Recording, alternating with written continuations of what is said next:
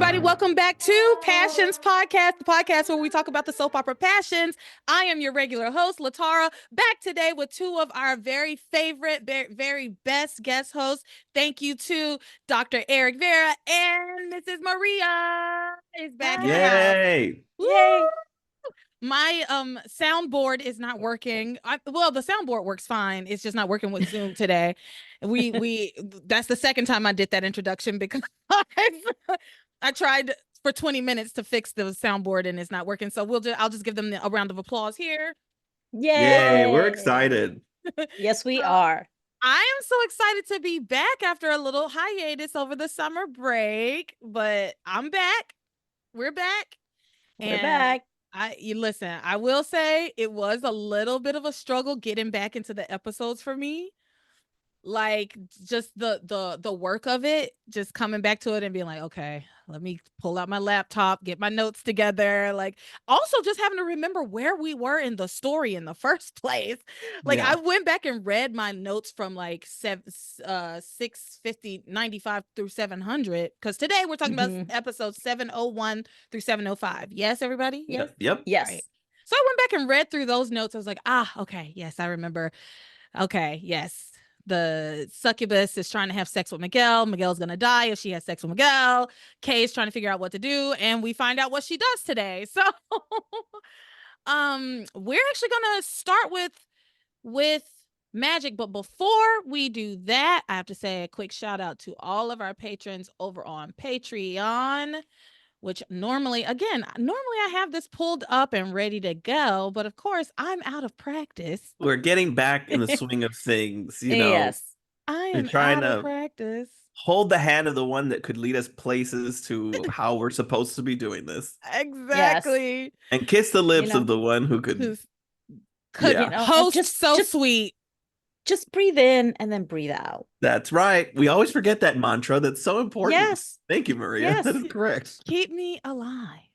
Okay. So thank you to Munashe, Breelyn, Lisa, Sid, Sarana, Randall, Hannah, Camelia, Samantha, Jeanette, Eric, Fantasia, Sean, S, Larissa, Maria, George Lopez Fitzgerald, Lisa, Jessica Jean, Laura, Karen, Uche, Paige, Casey, Garrinch, Tom Bergeron, Pablo, Daisy, and Shane. Thank you all so much for continuing to be patrons and keeping this show afloat, because without you, this would not be happening. I mean that from the bottom of my heart. So thank you. And if anybody out there wants to become a patron, go over to patreon.com/passionspodcast and sign up for whatever tier you find most agreeable. And now on with the show. So y'all, we are starting with magic today. Mm-hmm. And honestly, these episodes 701 through 705 was a lot of fun. I really, even though I was like kind of dreading getting back into it, because I was just like, it was like, okay, I forgot. I do like this show. I do, I do like this show. I do enjoy like the shenanigans, the nonsense. And honestly, magic did not disappoint this week. So we pick up where, remember y'all, last time we talked about this, Zombie Charity is trying to get her hands on Miguel's dick, like real bad. And so she has like gone over to his house, undressed, is putting the moves on him, pressuring him to like make love to me, Miguel. And that was really good. Thank you. Right? That was really good. And at this point, he's like gone out to get something that he was like, I have something that's gonna make this even more romantic. He comes back with a singular flower, like a daisy or something, like a basic ass flower too. It's like, here, this is for you. And she's like, oh my God. If anyone watches The Office, there's an episode where Andy brings a bouquet over for a dinner party, but takes one single flower and gives it to Angela, who's like the office bitch. And she's like, what am I supposed to do with this? Like, do I have to hold on to this all night long now because this is a token of love? That's exactly what I was like. What is she going to do with that? What is she going to do with that? Especially since y'all are about to have sex. What is she supposed to do with that? Yeah. Exactly. And Miguel cannot pick up the signs that she wants to FUQ, like that specific kind of fucking. Yeah. And she's not picking that up at all. subtle is what's funny, is as if he's trying to stall. I think he might have performance anxiety because she's not being vague. She's literally like, make love to me, which in, Passion's world mean fuck me. Yeah. And he's like, no, let's get a rose. Dude, that's what you do to get fucked. You're there already. You already made it What there. are we doing?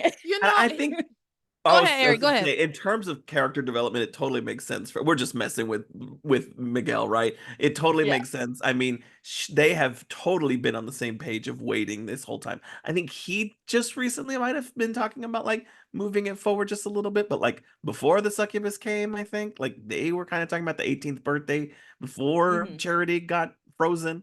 So I think they were kind of toying with the idea, but even then, this is a huge jump for Charity. Specifically. Yeah. Well, there was definitely conversation around it. And before we got zombie, she was definitely like, yeah, I think we should wait.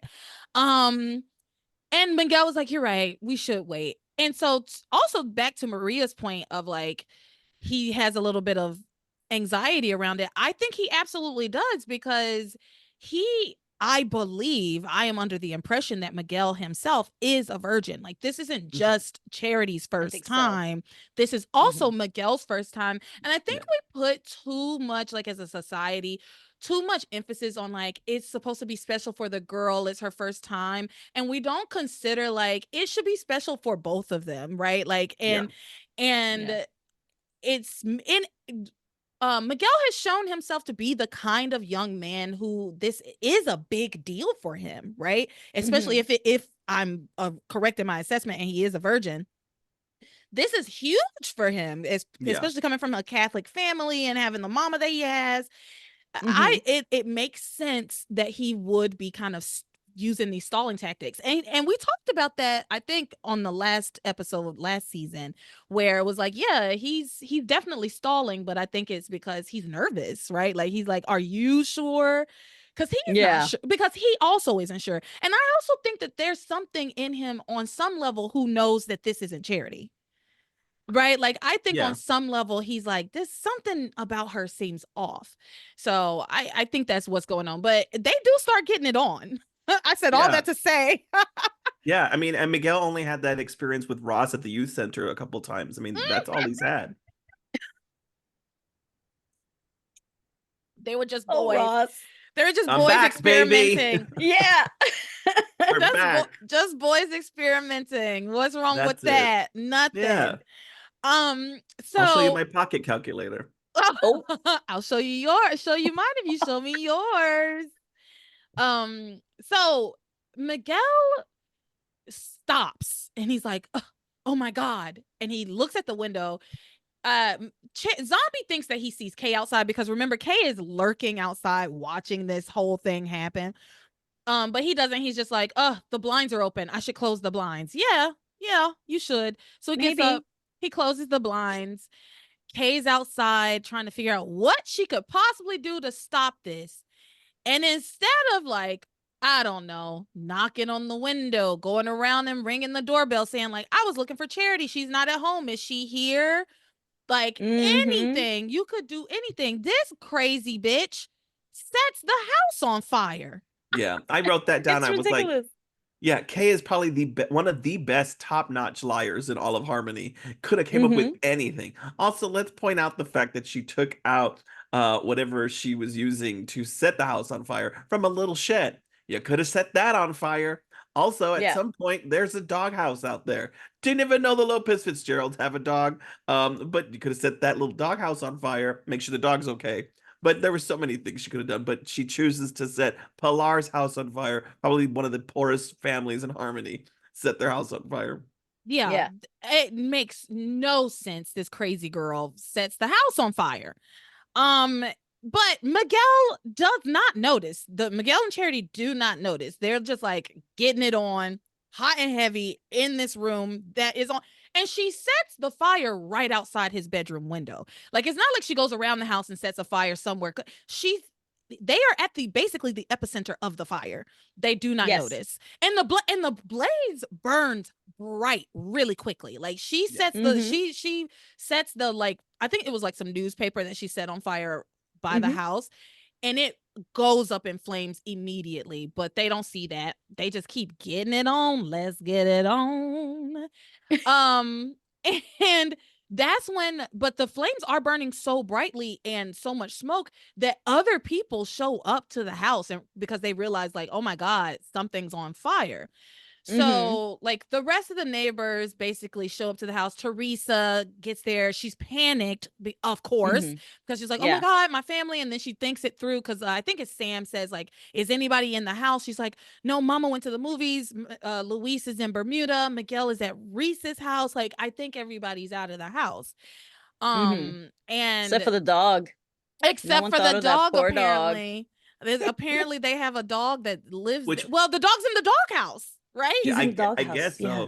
so. They never speak of it, but I think at one point I noticed the sign said Lupe, so I don't know if that's what I thought it said. That's Oh, as they have a dog close. named Lupe. That That's so I cute. think so. That We'll what s- a detail. What a detail to put in this show. Right? Unless somebody was Yeah. covering the first half of the name, but that's all I saw was Lupe. I feel like Like Lupe for would make Guadalupe? sense. Maybe. That's what I was thinking. I feel like it would make sense. Yeah. So yeah, everybody shows up, but inside the house, Miguel finally knows. He's like, I smell something. What is that? I smell something. I think it's smoke. Gets up, room is full of smoke. I was like, oh, I think I smell something. What do you mean you think you smell? Your room is full of smoke. You shouldn't even be Yeah. able to see. Like, your Yeah. eyes should be watering. But he was just too obsessed with Charity's little downstairs area. Zombie ass. Yeah. Her zombie P word.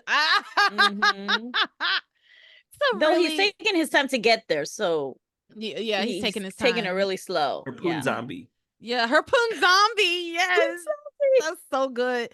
So he jumps up, and Zombie Charity is panicked, terrified. We learn that the zombie is terrified of fire. We learn this from, of course, our favorite witch in town, Tabitha. Yep. She explains to Timmy that the flames can absolutely burn the demon up, and like, she will revert to her demon form. Like, the fear of the fire is going to make her revert to her demon form.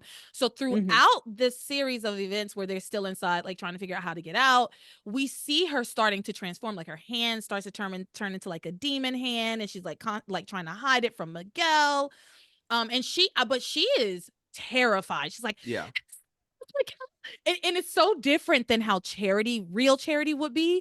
Like, real Charity, I feel like, would definitely be panicked, but she was like, oh my God, Miguel. But this zombie was like, what the fuck are you gonna do about this? It was so good. It is so good to see her spread her acting wings.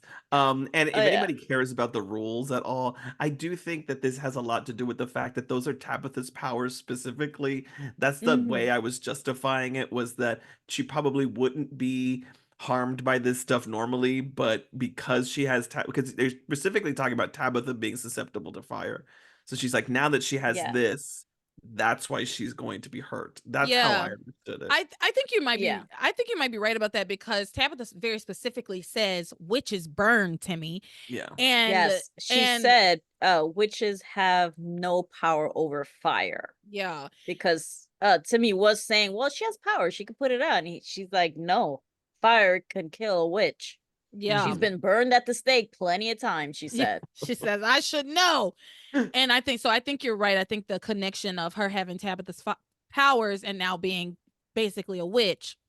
Yeah. Even though she's they've a demon from hell, and there's fire in hell. Exactly, because they've made it clear to us that she's a demon or a succubus, right? But because she has Tabitha's powers, maybe that's what makes her susceptible, because now in the world, she's in the body of a human and she has a witch's power, so she can be burned. So anyway, she is not happy, not very happy. Timmy wants to find a way, because remember, everybody outside believes that there's no one in the house. Timmy knows. Timmy and Tabitha both know that Miguel and Zombie Charity are in there. Timmy, our good-hearted, lovely, lovely Timmy, he was like, I don't want Miguel to burn alive. Like, that was number one. Like, he was like, Miguel's in there, and we have to tell Theresa.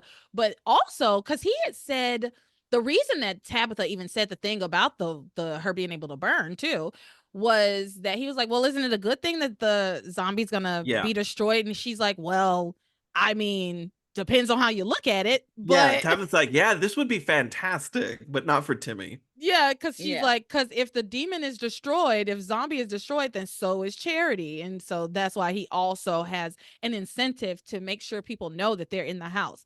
So he goes over to Theresa, and it's so, I loved their little exchange. It was so sweet. And he basically tells her, Theresa, I heard you say that Miguel was with Reese, but I just saw Reese with Jessica at the Bennett's house, and Miguel was not there. And so that's how everybody finally realizes, oh, Miguel is in the house. Yeah. And at one, I think TC is like, somebody call the fire department. It's like, didn't y'all do that already? Yeah. Did y'all not do that because you thought nobody was in the house? It's so chaotic. At some point, Tabitha called Theresa a boob, and that made me laugh. I was just like a random Tabitha insult. Yeah, because Tabitha was not Tabitha, but Timmy was showing sympathy for Theresa, and Tabitha's like, "Don't have no sympathy for her. She creates her own mess. Don't even worry about her." You know, and now that you say that, it does make me think about the fact that Tabitha rarely messes with Theresa because Teresa's fucking up everything on her own. So Tabitha's like, that one's on autopilot. I don't need to be destroying that girl's life. Theresa doesn't need any help in creating her own pain and suffering. She's got that on lock. Tabitha really just in a way there is sort of still an interweaving link, being the fact that Zombie Charity is involved in her storyline a bit, but Theresa is still self-guided on the whole thing, because all you're doing is just giving her sort of like suggestion, and she's all like gobbling it all up, saying, yep, we're gonna do this. All Tabitha has to do is read some tea leaves, read those tarot cards. She's good. It's fate. It's fate. Which just when we get there, Ethan's name and she's jumping right in. We'll get there. We'll get to it. But Ivy says that at one point in the episodes this week, and I was like, oh, there's so much alike. But I wrote that in my notes too. Like, so many things that Ivy said, it's almost as if like that's going to be Theresa if she continues on her path. No, that's exactly what it is. That's exactly what it is. So, okay. Miguel and the zombie are in this house. Oh my God. Miguel's like, let's try to go out the door. Remember, this fire was set by his window, which is across the room from his bedroom door. But for some reason, the flames outside of his bedroom door are incredibly intense. Like, you can't get through it. He opens the door. It blows him back. He has to rush to close the door. He's like, our only way out is the window. It's like, but that is where the fire started. It seems like it would be burning the worst right there. You should be able to go, whatever, it don't matter. It does not matter. There's flames already in the front of the house. Everyone's watching flames in the front of the house, but it has yet to penetrate Miguel. Who built the house and who built his room? Right. Why is his room made out of steel for some reason? Maybe that was like the safe room that's supposed to be fireproof, the panic room. Yeah. And they just was like, let's just give it to Miguel. Converted into a bedroom. In there with Kristen Stewart. Yeah. Panic room. I never Forrest saw that. Whitaker's out there running around. So, anyway, they're in the window, and this is when everybody realizes, okay, Miguel's in there, and then they also realize that Charity's with him. They haven't done that yet. Theresa sets herself on fire. Oh, yeah. First. That's right. I forgot about that. So, Lord. Theresa, yes. Oh, my God. Yes. So, Timmy tells Theresa Miguel is probably in the house. Theresa, frantic, just runs around that, doesn't say anything to any of the other people there, runs to the back side of the house and tries to get in through the cellar doors. And she's like trying to get in through the cellar. And while she's trying to get in, she catches on fire. Like her coat catches on fire. I think her pants maybe catch on fire. This girl is on fire. This girl is on fire. She really was on fire. The patrons know I'm going to do whatever I can to make you sing snippets. See? Very clever. Thank you. Very mindful, very Yeah. demure. I wrote that in my notes somewhere this week too. So yeah, she goes and sets herself on fire. I don't remember seeing a cellar when Kay was setting the window, because it looked like it was like right under his window, the cellar. And I like to understand, how are you gonna help Miguel going through the basement? Is there an access inside the house to Listen, be able to get to, like, I don't, sometimes this girl, I'm gonna chalk it up and you're to pregnant, you're not thinking straight. there it is. I'm chalking it up to pregnancy brain. Like, I think it was just the baby is just like sucking all of her brain power from her, and she is just out of her mind. Because you're right. What was going through the cellar gonna Yeah. get you? And she couldn't even get the doors open. Like, they were locked, and she just kept pulling at them, and she couldn't even get in. Timmy's the one that was like, you need to back away from the fire because you're pregnant. Like, the Mhm. smoke isn't good for you. Yeah. Well, Yeah. Ethan, of course, shows up, pulls her from the fire, rolls her around on the floor, on the ground a little bit. She obviously forgot stop, drop, and roll. She was panicking. We taught all that. The Lopez Fitzgeralds must have like skipped fire prevention, because like, Miguel, you're supposed to touch the door before you attempt to open it to see if it's hot. If it's With your hot, you don't open the backhand. door. Yeah, the backside of your hand. Not only are they all ill prepared for a fire, we learn later that Pilar has let her homeowner's insurance lapse. And so Yeah. she doesn't even have insurance on this house. Girl, But isn't she paying a mortgage? That's what I Wouldn't was a saying. She has bank a mortgage. say you can't do that? That's how I literally look. I was sitting here because I have been learning so much about insurance. I've been learning. We have experts. We have experts on the panel. There's a mortgage clause. She has to always have insurance. But I was like, well, maybe I thought, well, maybe somehow the bank didn't find out about it yet. Because what she said was that she missed a few payments. Yeah. And so they canceled her insurance. So maybe the bank just didn't know about it yet. I don't know. But yeah, she doesn't even have insurance on this house. So she's just like, yeah, I don't know what we're going to do. And then she's like, yeah, and I didn't want to tell Louise. She let the insurance lapse, and it had been for months. She said it was months. And just because she didn't want to tell Louise about it, now y'all's house is burned down and you have no way of having it built back up. Afraid of your son? I don't know. I guess she said, I think she was saying basically because he had lost Sheridan, she didn't want to put something else on his plate. But it's like, that's logistical. Like, that's literally like paperwork and some overtime for him, which he probably would appreciate the overtime because it helps him keep his mind off of Sheridan, right? Like, to be at work. So I don't know. But back to stop, drop, and roll over here. Ethan puts the fire out on this girl.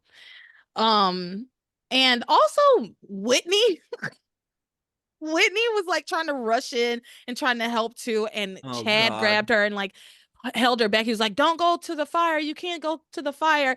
And TC just stands back like brooding. He's like, what the hell? I told him to stay away from my little girls. So stupid. TC, like, can you give it a rest for like 5 minutes? Well, no, because there's a fire. He immediately confronts him and is like, I told you to stay away from my little girls. And Whitney, to Whitney's credit, stands up to her father and is like, Daddy, it's my fault. I was running to the fire. He was trying to keep me from a dangerous situation. And TC says, okay, I'll let it slide this time. Get out of here. So annoying. Yeah, because Chad picked the perfect moment to seduce Whitney. And it was right when Pilar's house is on fire. I just don't understand why the writers felt that whole scene was even necessary. Like, exactly. Do we need to continue to be reminded that he doesn't like Chad? It was so unnecessary. But let's move on, because I don't want to talk about it because it was unnecessary. Moving on. So Eve takes Theresa to the side, is like, you need to be checked out. You need to go to the hospital. You're pregnant. You have your baby. We need to make sure your baby's okay. interesting that now she needs to go to the hospital when she has maybe a superficial, maybe a burn. I don't even think she got burned. No. But when she literally threw herself in the ocean and actually died, everybody was like, here's a blanket, go home. But now Eve is like, it's really important. Your baby, you could have inhaled some smoke. She was outside the entire time. Yeah. I mean, I'm that not still saying could have she been doesn't. smoke. Yeah, Yeah, I'm there still not could saying have been she smoke. doesn't need to go to the hospital. I'm not saying she doesn't should. need to go to the hospital. It's just so interesting to me how adamant Eve was about it, considering when Theresa literally died. Ethan, literally, the EMTs pull her out of the water, tried to bring her back, could not do it. The only reason she came back was Ethan like insisted on like continuing the compressions. She was literally dead. Yeah. But nobody sent her to the hospital then. It's just crazy to me how they pick and choose when to go to the hospital. And the only reason they do it is so other characters can kind of convene, right? The only reason they sent her to the hospital was because so that it made sense for Gwen and even then it didn't make that much sense for Gwen and Rebecca to come to the hospital, because when they got there, Gwen says, oh yeah, Ethan told me to come to the hospital, but he didn't tell me why. What are we doing? Yeah. Doing? It was dumb, but sorry, I digress. Yeah. She tells to go to the hospital and whatever. We will go to the hospital later. We'll come back to that. But so now Teresa's going off to the hospital with Whitney, Chad, and Ethan. That other one, Ethan. Yes. Meanwhile, Miguel, the real people in danger are still in the house, right? Yeah. Well, no, Theresa and them went to the hospital after they have already saved Miguel. So. Oh, okay. That had already happened. A lot was kind of happening, so I was kind of segregating everybody's little things out. So let's talk about Sam is the fire department right now with the manguera. He's just out there with a little water hose. Just hosing it down. God. Yeah, he's got the water hose, spraying the house down with a water hose. He has experience. His own house, was sucked to the hell and there was fire and he has experience in this. The fire department is not that great, so they have to step in for them. I don't know where he got the hose from. I guess it's just attached to the house, and it just wasn't, it was untouched by the fire yet. Yeah. Of course. But yeah, he's like spraying down the house. He manages to communicate to Miguel through the window. He's like, hey, Miguel, are you in there? Miguel's like, yeah, it's me and Charity. And everybody's like, Charity? What's Charity doing in there? Yeah. What's funny is because Kay originally, when Kay shows up and makes it look like she came from home, she's like, Daddy, Miguel's in there. And she never mentions that Charity's in there with him. No. So, which is probably true to character. She wouldn't. The idea is that she should be thinking that Charity's at home. Yeah, exactly. Yeah. So, everybody's shocked to find out that Charity's in there half dressed. And oh, that was so good. Like, oh, is that what is she wearing? Yeah. What is Charity doing in Miguel's room dressed like that? And so basically he tells them the only way y'all can get out is through the window. Just jump right through and we'll hose you down as soon as you get through. But guys, get through the window. There was a guest appearance. Did you guys not see it? What is it? Gwen's bat. Miguel was holding Gwen's bat. Oh, for real? No. Yes, he then drops it to grab something to crash, but I had to rewind. I was like, that's Gwen's bat. That's the bat that she brought to the house. Did she bring it to the house, or did she get it from the house? She opened the door. She was already holding the bat. Oh, so she just left it there. Yeah, she didn't need it anymore. She just left it there. That's funny. Okay, so they jump out of the window and get hosed down. Miguel is perfectly fine, but for some reason, Zombie Charity is like passed out, right? And so then Miguel does mouth to mouth on her for some reason, even though there's literally Sam is a first responder and probably should be the one to do it because he's probably trained to do that. Yeah. And I just want to point out that when they did jump out, that it gave us a cool freeze frame. Oh, yes. They did like a freeze frame and then went to commercial. Yeah. And then finally the room gets engulfed. Yes. In flames. When they last seconds. Yeah. So they're out. They're fine. The house is not fine, obviously. Um, Zombie Charity has an attitude with Eve, who like is trying to examine her, and she's like, "I'm fine. I'm fine. Leave me alone." And Eve's like, "Yeah, you seem to be fine. You're right." And she's like, "Okay, I guess you don't need to go to the hospital." Like, Well, she's not pregnant, so I mean, you get to choose. I mean, and that's very true. And like, if they would have seen the series This Is Us that would air on NBC many, many years later, you know, you need to go get checked out for smoke inhalation and all that stuff. So, yeah, Mhm. they totally would have made both of them go to the hospital. yeah. Yes. But they don't, of course, because Eve is a terrible doctor, and she's the She's got a lot worst. of results on her mind. She's just Results the pending. worst. Results Oh, but pending. we do run into an even worse doctor. We We'll do. get there Yes. Oh later. yeah. I We're wrote that gonna in my get there notes. later. I Oh, wrote that in my notes. I was like, he's a worse doctor than Eve somehow. yes, yes. But we'll get Which is there. why Eve 'Cause is the best doctor in Harmony. So that says a lot. yeah. Yeah. So whatever. Where are we? They get out. The zombie. uh, Charity, yeah. zombie Yeah. charity. The zombie pulls Kate to the side, vows to make her suffer for setting that fire, and she tells her, I'm finished with your childish games. I'm gonna send you straight to hell." And then she blasts Kay with like wind power from her hand. I don't know what that was. Was it wind? Yeah. Bliss, Mhm. it was one of the worst effects that Passions has ever done before. Usually Oh it yeah, looks decent. This was just yeah. like She did so some bad. she did some airbending. Y'all ever Yeah, watch she Avatar: did. The Last Yes. Airbender? She did some airbending, and Yeah. she And when the blew world needed Kay. zombie charity the most, She vanished. she vanished. Yeah, she just blew her away. Literally blew her away, and she Yeah. got stuck in a tree. Yeah, she flung her Yeah. into a tree Though and she she got stuck in a screamed tree. for so long, you thought Yeah, she that was a like threw very her so far, and then you find out, oh, she's like right there. Yeah. She can still Literally. see everything. Yeah, the No, scream was so silly. Yeah, not only I Yeah. that, forgot but about then that. Miguel comes over. He's like, "Charity, where's Kay? I saw you talking to her. I heard some noise. I saw you talking to her. Did you not see me blow her away? Like, how did you miss that? You were Yeah, right there, but whatever." right And she's there. like, "I don't know. Maybe she went home. I don't know." Yeah, because Zombie Charity was mad because she did say she wanted one night of push with Miguel. hmm Push, push. And I love so it. at this point, the zombie starts trying to put the moves on Miguel again. She's like, I hate that we got interrupted, but is the night's not over? And she's just like starts to make out with him again. And then Kay is watching from the tree, and she's Mhm. like, I have to put a stop to them having sex. So she just calls out to Miguel, Miguel, Miguel. And it was so funny because she called out, she was so loud. Miguel is like, do you hear that?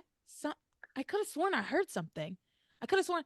I'm thinking maybe she's far away, right? Like Mhm. maybe he turns around. She's literally what, 4 feet from them. Like Yeah, that's what she was like right there. But what's funny is that he's like, I think someone's calling me, and Charity's like, tell him you'll call him back later, as if it's like a phone call. It yeah, was hysterical. yeah. So yeah, she calls out for Miguel to help her down from the tree. He's like, "How'd you get up there?" She's like, I climbed up to help a cat, but the cat got out, and now I'm stuck." I was like, "It's a fair. It Yeah. works for me, you know. After Yeah. everything I've seen tonight." So, then Miguel, they're all trying to figure out like where is everybody going to stay tonight and everything, right? And Miguel is going to stay at the Bennett's house, but Sam makes it very clear to him. He's like, I don't know what the hell was going on over here tonight, but I will not tolerate it under my roof. No hanky panky under my roof.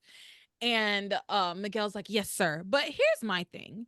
If I'm Sam and I'm Grace and I have like this whole thing about like I don't want them to be having sex. They clearly were in the middle of something that they shouldn't have been doing, right? You Mhm. can't no, you there's plenty of people around here whose houses you can stay at. You can't stay at my house.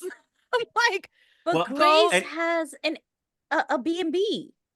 exactly. Go. You can stay at the well, and that's uh, another thing. Pilar's staying at the B&B, but it's only because Ethan decides he's gonna go stay at the mansion. So maybe all the rooms were booked at the B&B. booked. Well, David has a permanent room there too, so I don't know how many rooms are there. But and when we're talking about the logistics of all this, I hate that I wasn't a writer on Passions at the time, because I totally would have done a callback, and I would have had Tabitha and Timmy around there during this conversation, and her going, "Okay, now it's time to leave, because ain't nobody gonna sign up to go live at my house again," and had Oh my them run God. off. Facts. Facts. Or like had them Exactly. hide back a little bit more, Yeah. because Tabitha sure as fuck did not want anybody there. Yeah. Like, not No, in my house. Tabitha would never leave, because she mentioned so many times this week that she needs a bag of popcorn because she can't stop but watching it. And she just said it over and over, like probably Oh like yeah. She's twice an like, I'm episode. excited. This could be a 4-alarm fire. Yeah. Yeah. So But the Lopez Fitzgeralds are displaced. yes, they are Yes. displaced, and for some reason, Sam's like, "Yeah, you can stay at my house, just don't have sex with my niece." But in my mind, I'm like, if I were Sam, I would have had a conversation with TC, like, "Hey, can you take Miguel? Like, I Yeah. don't, but I love the kid, but he and Charity are like getting a little too high and heavy, It's you so easy to know." say, like, I don't know what was about to happen in that room tonight, TC. You cool with them staying over there with you? Right. I feel like to me that just makes sense, but whatever. He's like, you have to sleep on the couch and Charity will sleep in her room. So these kids decide to go home together, Charity, Miguel, and Kay. And when they get to the house, Charity is insistent that Miguel come and sleep up in her room, but he's like, no. I don't feel right about it. Like Mr. Bennett, Chief Bennett, that's what they call him. Chief Bennett was very adamant that I don't come up to your room, that I sleep on the couch, and we need to be respectful of his rules and his home. But of course, Zombie's like not having it, and she's like, "No, what you're my savior. You shouldn't have to sleep on the couch. Go sleep. You should sleep in my room." And Kay, I loved this. Kay was like, "You're right, Charity. He should sleep in your room, and you should sleep down here on the couch. How generous of you." I loved it. I They loved had it. great back and forth throughout this whole week. Yeah, Yeah. it was Yeah. great. But the fact that Miguel even thought about it, because he's all like, yeah, that's right. Okay, sure. I was gonna do that. I was like, dude, that's your girlfriend. What are you doing? He's foggy brained. He's been through a lot tonight. He's already not the smartest to begin with. And then he was in this fire and everything's just going Well, crazy. there's blood rushing to one head versus the other, and you're trying to like save your life. Yeah. True. So, but yeah, and Miguel's just so dumb. So, he starts to go up the stairs like, "Oh, okay, I guess I'll sleep in Charity's bed and have her sleep on the couch." In her But home. yeah, but then it gets switched around. Oh, I forgot. There's one part that I forgot to talk about before they went home. Are you And talking it about was when Grace? Grace, yes, Grace like Abstinence. Grace pulls Charity to the side to give her a little talk about sex. And she's just like, you know, I think that I know that you and Miguel love each other very much, but it was weird finding you like this tonight, and we need to have a talk about birth control, preferably abstinence. Like, I don't know. It was just an interesting, because she didn't give her the talk. She simply told her we need to have a talk about the talk, basically. Yeah. Yeah. Like, but When yeah. a man loves a zombie. So yeah, when a man loves a zombie. Yeah. So anyway, the kids go home. They do a bunch of back and forth about who's going to sleep where, but ultimately Miguel ends up sleeping on the couch. The girls end up going back up to their rooms. They get to like the alcove around by where their rooms are, and they just kind of bicker back and forth like, I'm gonna have sex with Miguel. No, you're not. Yes, I am, and he's gonna die. No, you're not gonna do that. I'm gonna, and like I think Kay says, I brought you in this world, I could take you out, and you do my bidding. It's crazy that she still thinks that, considering everything we've seen up to this point now. Like, baby, Yeah. clearly this thing has its own agenda and its own like free will. It doesn't have to listen to you or do what you want it to do. You just think that Doesn't for Kay some reason. know that the zombie has Tabitha's powers? Mm-mm. Because at I- this point, she doesn't know Tabitha's a witch. Yeah, I think she just thinks that this thing has gotten out of control, but Yeah. Mm. she doesn't know that it's as powerful as it is, I guess. Because Yeah, okay. let me tell you, Kay is ballsy, man. I mean, like, she would set up to Hecuba every so often, but nowhere near as much as she's setting up to this thing. Because she's totally like ready to fight it, like fist fight it. Yeah. To the point where they basically do. Yeah, they yeah, they do. So they end up like going into their rooms and both deciding to put on their most longest, most cover uppy lingerie, like their most modest lingerie. You would not expect this to be considered lingerie, but it was funny Whose because lingerie is this? Because they're teenagers, and you're yeah, gonna tell me their Well, parents are like okay with them buying this sort of attire? I'm gonna assume that Charity zapped that shit together, like manifested it, because the real Charity sure as fuck did not have that in her closet. Uh, yeah, Kay had that one that she said she hid. She said something like, Uh, "If my mom saw I had this, she would yeah. freak out." But it's not even And sexy. it's not even, yeah, There's nothing it's sexy about it. And it modest. was like brown. It was like taupe. Like it wasn't Yeah, even a nice color. It's yeah. just like anyway. They go put on their sexiest lingerie and then they meet each other back in the hallway because Kay has the same brilliant idea that she always has, which is I'm gonna trick Miguel into having sex with me. I'm gonna seduce him and make him think that I'm Charity somehow. It's so dumb. Like, writers, come on. Like, she's basically, oh, it's so dark in there. He'll never notice. Come on. Yeah. Come on. Yeah. Y'all's builds alone, scents alone. Like, there's so Also, many. are you going to speak?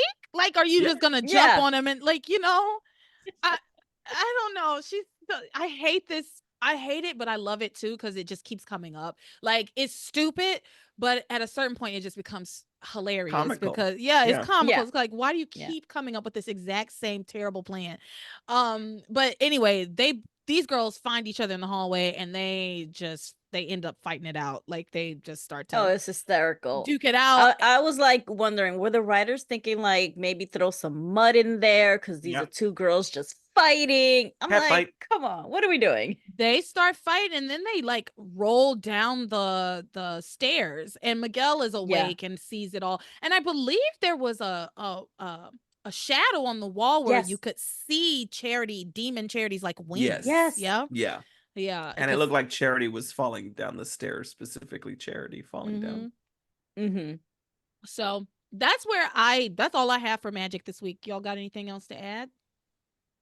No, except for like Kay wanting to rape Miguel again. Oh my God, this girl. This girl is a menace. She is an absolute menace. Okay, so now we're going to move on over to the fated couples. We're going to start with Chad and Whitney because they don't have a lot going on.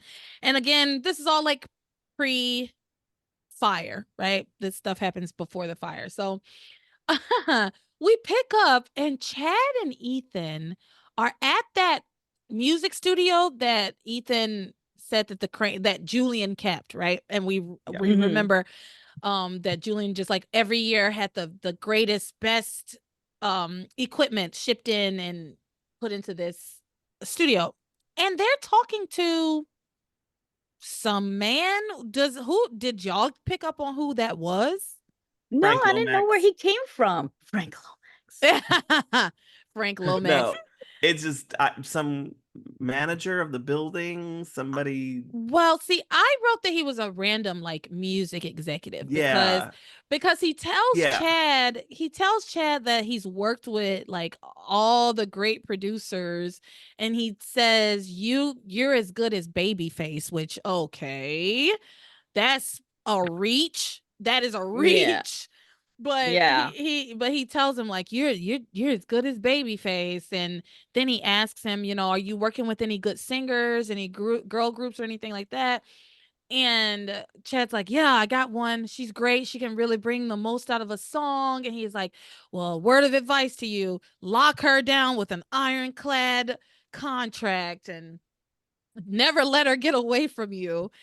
And then he leaves. Like, I don't know what the point of him was. I don't know why he was there. I think it's just again to drill in the point that for Chad, he cannot do this without Whitney. Yeah. Yeah, I guess. He Cause this was so It's stupid. annoying. It's annoying. It is annoying. Yeah, it This is whole annoying. thing was so dumb because after that music guy leaves, Chad hands the keys back to Ethan and says, I can't do this. I can't do this without Whitney. This was a mistake. But here's my problem with that. You wanted to be a music producer before you ever even met Whitney. Mm-hmm. Yep. So what are you talking about? You can't do this without Whitney. Like, ugh. Yeah. He specifically says music is my dream, but I don't see it working without Whitney. And it's Because, like that's silly. I like you Hmm. can uh what is it? Compartmentalize like and just say yeah, I love Whitney. I wish she was here with me, but you stopping this and with there's no excuses. That like even Ethan is like we have the state of the art equipment here. Like you said it Yep. yourself. Like you're saying you can't do it here in Harmony. And then he's Hmm. basically like, well, I can't make my dream happen here in Harmony, which I wrote down. This is all bullshit. This is really frustrating. yeah, Uh, and ultimately it was pointless and fruitless because Chad ends up staying anyway, right? Yeah. Like Ethan gives him a speech. I mean, 30 seconds. It wasn't even, you know, for Ethan, two that's a lot. minutes. Yeah, Yeah, I yeah. know. That is the E- yeah. Ethan Mhm. gives him and he does tell him Yeah. the correct things, right? He says to Yep. him, Whitney loves music. She loves you like you said, and after a while, if she sees you doing what you want to be doing, and like basically tells him you will be a good example for Whitney for going after your dreams, and she sees that you do that, then she will want to do that too, and she'll Yeah. come around. He says because she can't stay away from what she loves. And then Ethan tells him, this is a great opportunity for you. This is a free studio in Harmony, and you shouldn't walk away from your dream. And Chad comes around. He's like, yeah, you're right. I'm glad. Hmm. I was so glad that we did get get to some sense very quickly, because I was a little worried that this was going to drag on for a bit, and I Hmm. and it's just so stupid. Like it's It is. truly And so dumb. this lasts about like 2 episodes, but last time we were here, they have been in that studio for about 5 to 6 episodes. So Yeah, that's it Yeah. true. was Theresa finding out that she has access to this as a crane. It was all of this. So we did get to a conclusion, and it was nice. Yeah, it was. Well, then of course Chad turns the tables on Ethan. He's like, "Well, you're talking to me about not being able to stay away from what I love. What about you? You love Theresa, and I know you need to are you going to really be able to stay away from her?" And Ethan makes some salient points where he's like, "Yes, I do love Theresa, but it takes more than that. Like there's more. I need more than just love, and I don't trust her." Yeah. And Hmm. that's huge. That's really important, and I totally agree with him. Yeah. I totally agree with him. Like, yeah, he's like she lied to me a bunch. Yeah. Yeah. Yeah. Yeah. And it's really unfair for Chad to continue to be pushing it when he's clearly saying, I don't trust her. And it's Yeah, valid. it is valid. I do also get why Chad is pushing the issue. It's a couple of things. One, Ethan is his best friend, and he does want Ethan to be happy, and he thinks that Ethan was very happy with Theresa. He could tell that he was very happy with Theresa, I think. I think it Hmm. also is I think there's also a little bit of like, you know, if you're with Theresa, then I'll get to see Whitney. You know what I mean? I'll have a Yeah. reason, an excuse to see Whitney because you'll be with Theresa, and Theresa and Whitney are best friends. Yeah. I do think there's I don't know if the writers wrote it that way on purpose, but I pull that from I, it, you I know? I agree with you. I do think that there is something about when our groups change, like the dynamics of our friendships change, like that this guy will never be with that person, like the foursome of them together Yeah. is a huge deal. And Yeah. like so for him to say like this is over, it's never gonna happen, and then he has to hang out with somebody like I don't know, Gwen. Um I'm just joking. I like Gwen. I just had to do it And because you're Gwen here. has never treated Chad wrong. No, they She have was the- always yes, very that But is she true with true. has, him. but she has treated Whitney very disgustingly and said some really She disgusting has. things about Yeah. Whitney. Yes. And if I'm Whitney and if me and Chad do get together, I'd be like, no, I refuse. Fuck that bitch. Especially Look, we're after the talking way about because Teresa and Whitney are best friends. You see what I'm saying? Yeah. So it's like, no, Yeah. we're not friends with them anymore. That basically. look, we're talking about Gwen, and she hasn't even entered the scene yet. See? You're Yeah. welcome. Hey. And also with going back to Chad, I think he also pushes Ethan because he sees himself almost like Theresa. He acts a lot like her. He believes in this fate thing, and he constantly is pushing Whitney, even when she's saying like, no. You know, in another world, maybe it's Chad and Teresa that are together. I mean, like they have some similarities in terms of like Yes. their outlooks on things. Determination. The Yeah. ambition. I Yeah, could- like yeah. wants. Yeah. Not, not willing to just back down from something that they want. Yeah, I Mhm. can see it. I can see it. It's just so surprising that Chad is so willing to overlook like what they want to call Teresa's mistakes when he prides himself on being honest, and you have to come clean and you have to be honest and you always have to tell the truth when it comes to like Whitney and trying to admit how she feels, or Ethan having to admit how she feels. But it's like with Theresa, it's like, yeah, so she lied. Yeah. I No think big for deal. Chad too, though. Ooh, I'm so sorry. Excuse me. I burped. You're good. I'm full of hot air. I'm that fire. I'm ready to defend Teresa, and it's coming up out of me. Oh, Okay. here we go.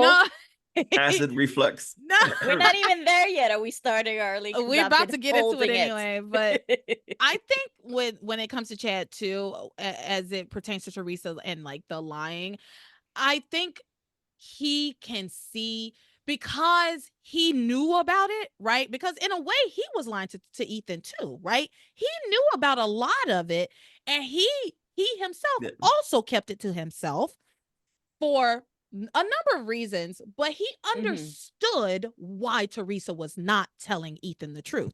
He understood the rationale. Did he agree with it? Not necessarily, but he understood. I think that's the important portion for him, is that he was like, yeah, she did lie, but I do understand why she did it. Like, and I think for him, he would be able to get past it, but Ethan is a different person, right? Yeah. And it means a lot to, and he's not the one that got lied to. And that's It's the easy thing. for him to say he's not the one that Yeah. was lied to. Some people can get over stuff like this and some people cannot. There are people that, the worst of the worst has happened to them and they stay with that person. I mean, a wide range of things that can happen between a simple lie to just like the most atrocious thing. Absolutely. So with all that said, let's talk about what's going on with Theresa. Let's see. So we had some sassy Whitney and that was fun. Yes. Yes, we did. I actually didn't appreciate what Whitney was saying. Me too. I felt the same way. I was like, Whitney's being a little judgmental. She was being a little like there's a line that Whitney crossed that I didn't love, because I was shocked. Because it's one thing to look at Theresa and be like, don't give me relationship advice. Look at your life. I agree with her. When right. She turned That's around how I and she's feel. like, you're going to give me relationship advice? You got it 100%. But then there was other things that it was like, yeah, but then it goes a little far and you're like, you crossed the line. So let's talk about it. So first, these girls, this is pre-fire, right? Right before the fire, they're like at the park or something, and Teresa's like, basically a little recap about how Theresa plans to turn the tables on hell once she gets Ethan back, right? But after that, she notices the smoke coming from her street, and they go and gets to her house, and there's a fire inferno, and we get all of the information that we talked about at the fire. So once after the fire, they go to the hospital, right? And Theresa doesn't want to be there. She wants to, like, she's just downtrodden, and I mean, her home just burned down, right? And she says to Ethan, who has like carried her there, right? She says to Ethan, you must hate me and think I'm so stupid to think that you would ever take me back. He says to her, no, it's not stupid. I'll always love you, Theresa. And so, of course, she says to him, I'll always love you too. And then she kisses him and he kisses her back. And they make out for a little while. Yeah, that was a full-on makeout. It was so weird because it makes sense. I mean, Theresa's a crazy girl. She's our lunatic, right? She's my lovable lunatic. Yeah, you're a lovable lunatic. So Maria said, "Stay on brand." Your, not mine. But it makes sense that this crazy girl. Oh, I'm frozen. Oh, I like this. I like this freeze. Yeah, take a screenshot of it. Can y'all hear me? I can hear you. We can hear Smile. you. Okay, there we go. I was too late. You missed it. That's okay. You can catch it It's on the replay. Yeah, it's on the recording. It was. Did you? It was see great. It was. I saw it. I was like, oh, I'm frozen. You jumped to the fires outside. That's what it looked like. Yeah. When Austin Powers jumps into the time machine, that's exactly what it looked like. No, it makes sense to me. Eric, pull yourself together. I know that was funny. I'm sorry. I'm usually much more put together. Okay. It makes sense to me that Theresa, this crazy fucking girl who's obsessed with Ethan, would kiss him after he told her, I'll always love you, right? Like, of course but it doesn't make sense to me that Ethan leans into it. And he should not have said that to her. Like, No. what? Here's the thing. My ex-boyfriend, I love him, right? Like, I love him. When we talk on the phone, I never tell him I love him. You want to know why? Because that opens up a whole other thing. Like, that opens up a whole lane. Yeah. Like, it's like, that's not where we're at anymore. So you can love a person, but you don't necessarily need to be verbalizing that to them because you don't want to give them false hope. Well, and what you're talking about, leaning into that kiss, old habits die hard. And I think it is just that, like, you're comfortable. It's a rhythm thing. Like, that's the way it was. That's why people go back all the time. Like, I have to explain to people who have broken up and they're like, I don't understand why they would go back. I was like, it's so much easier to stay together than it is to break up with somebody. Sometimes, and like, once you figure that out, then you save yourself a lot of heartache when you're like, I just got to break this off. They shouldn't be hanging out. They shouldn't be going. And I know the Harmony's a small town and they're like, we're going to stay friends, but it doesn't stay that way. Yeah. No. And she's constantly using, and I'm going to get into it, this woe is me tactic where it's like, I constantly need you to constantly validate me. And that's sort of what it was. Like, yeah, I know I'm so stupid so that he can turn around and go, no, you're fine. And I love you. That's tiring.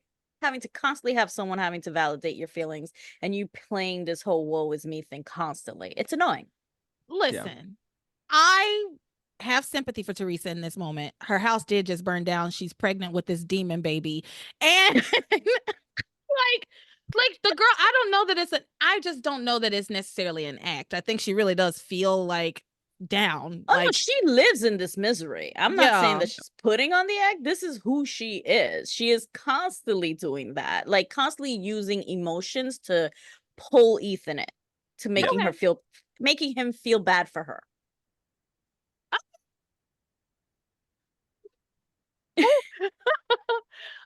So yeah, he kisses her, they're kissing, they're making out. Rebecca and Gwen show up, and like I said earlier, what? Oh, Gwen, this is the first time. Yay! If you're listening and not watching the podcast, Maria made like hearts come up on her screen because we're talking about Gwen. And I will say, about Gwen. Yeah. when Rebecca did show up on screen, I was like, right, here we go. I needed a Rebecca fix, and I was excited that she was showing up. Yeah, I was glad to see Rebecca for sure. Gwen. So no, actually, I'm gonna say some nice things about Gwen today. Well, I'm gonna say one nice thing about Gwen today. So, you went from plural to singular. I know. No, so Gwen and Rebecca show up to the hospital, and Gwen says to Rebecca, yeah, Ethan told me to meet him at the hospital, but I don't know why. I hope he's okay. That's crazy. Like, Ethan, why wouldn't you tell her, like, Yeah. hey, I'm at the hospital because of X, Y, and Z? Like, if somebody called me and told me, I need you to meet me at the hospital, I would be sick. Like, what is going on? Like, that's so terrifying and worrisome. Like, a hospital is where people go to die. So, Yeah. go ahead, Yeah. Eric. Well, I was gonna say, can we? No, go ahead. Can we talk about the conversation that Gwen and Rebecca have about the motorcycle accident? Go for it.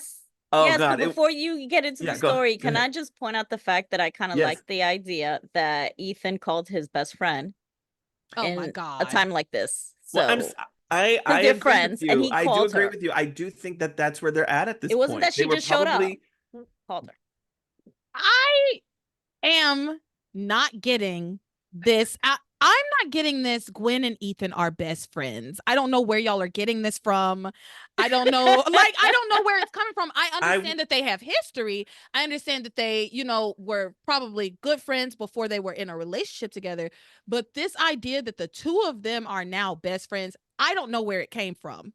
I get where Maria's coming from with this because that's the narrative that I understand as well. Because those last few episodes of I can see them sitting on the bench together and talking about how their friendship. They were talking about like the way things were before Theresa got there. So they were giving us all these things. So if I multiply that and add passions time, like rainwater, like that's where I'm like, okay, so this has grown into this like we are more friendly. Yes. Well, after And the job, all remember the of job off hookup? screen, Yeah. all the pre-passions off screen of their friendship relationship. They've known each other for years. Yeah, well, and then like recently, with like her trying to hook him up with that job, like there was a lot of moments where she has been trying to do like the I'm your friend. I'm gonna stay here and wait until you say it's a go. So It I've don't have to already, be in but I don't know quotes. about best She is friend. his I will say that friend. they are friends again. I They like are the quote. like, yeah, they are friends again.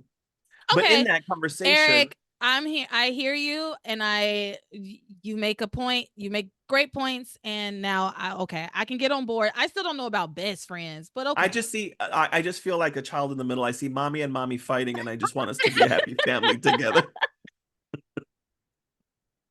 Thank you for referring. Yes, thank you. Sorry, we had to parentify our child. I would be great on The View. I'd be a good moderator. You would. Whoopi, watch out. Yeah. Oh.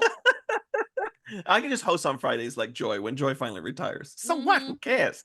The conversation that they have is about Rebecca brings up like, hey, be careful because if Teresa's here, they're probably gonna hook up again. Like that's probably already gonna happen.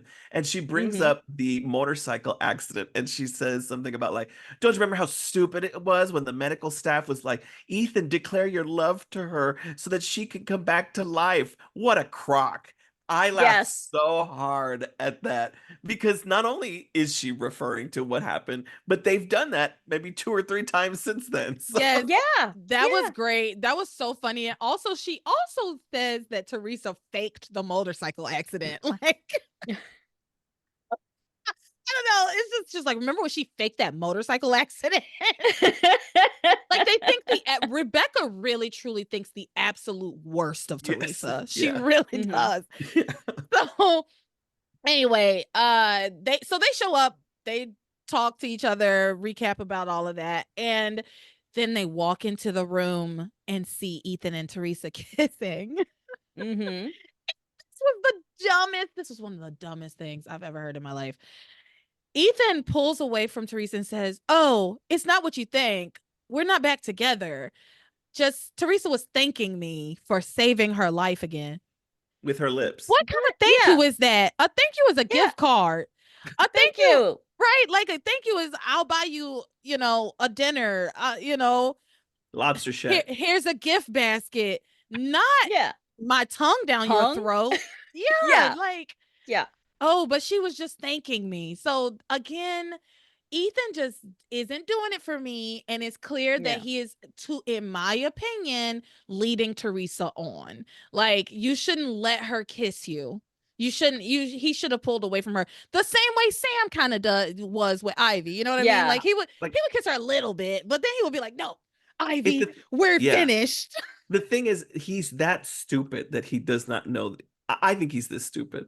Whether it's Yeah. conscious or subconsciously, I think he's this stupid. Where he think Mhm. like, yeah, he's just this dumb. He has gotten smarter over time, You but he's still dumb. genuinely here's my issue with it is that she literally just said, I must be stupid to think that you must think I'm stupid to think that you would ever take me back. And then he says, no, that's not stupid. I love you. She says, I love you too. Kisses him. Why on God's green earth would you kiss her? Why would you even say those things? Right? Like, Yeah. if anything, he would say, I understand that you're feeling bad. If you do want to say will always love you just to like make her feel better, okay. I don't think it's necessarily the smartest thing, but Mhm. I get it. To be like, I love you, I always love you. However, comma, too much has passed between us. You're right. We're not going to Mhm. ever get back together. Right? Yeah. But Yeah. no, he handled that all wrong. I just don't All like wrong. Ethan at all. So anyway, he said this was a thank you. This was some kind of thank you.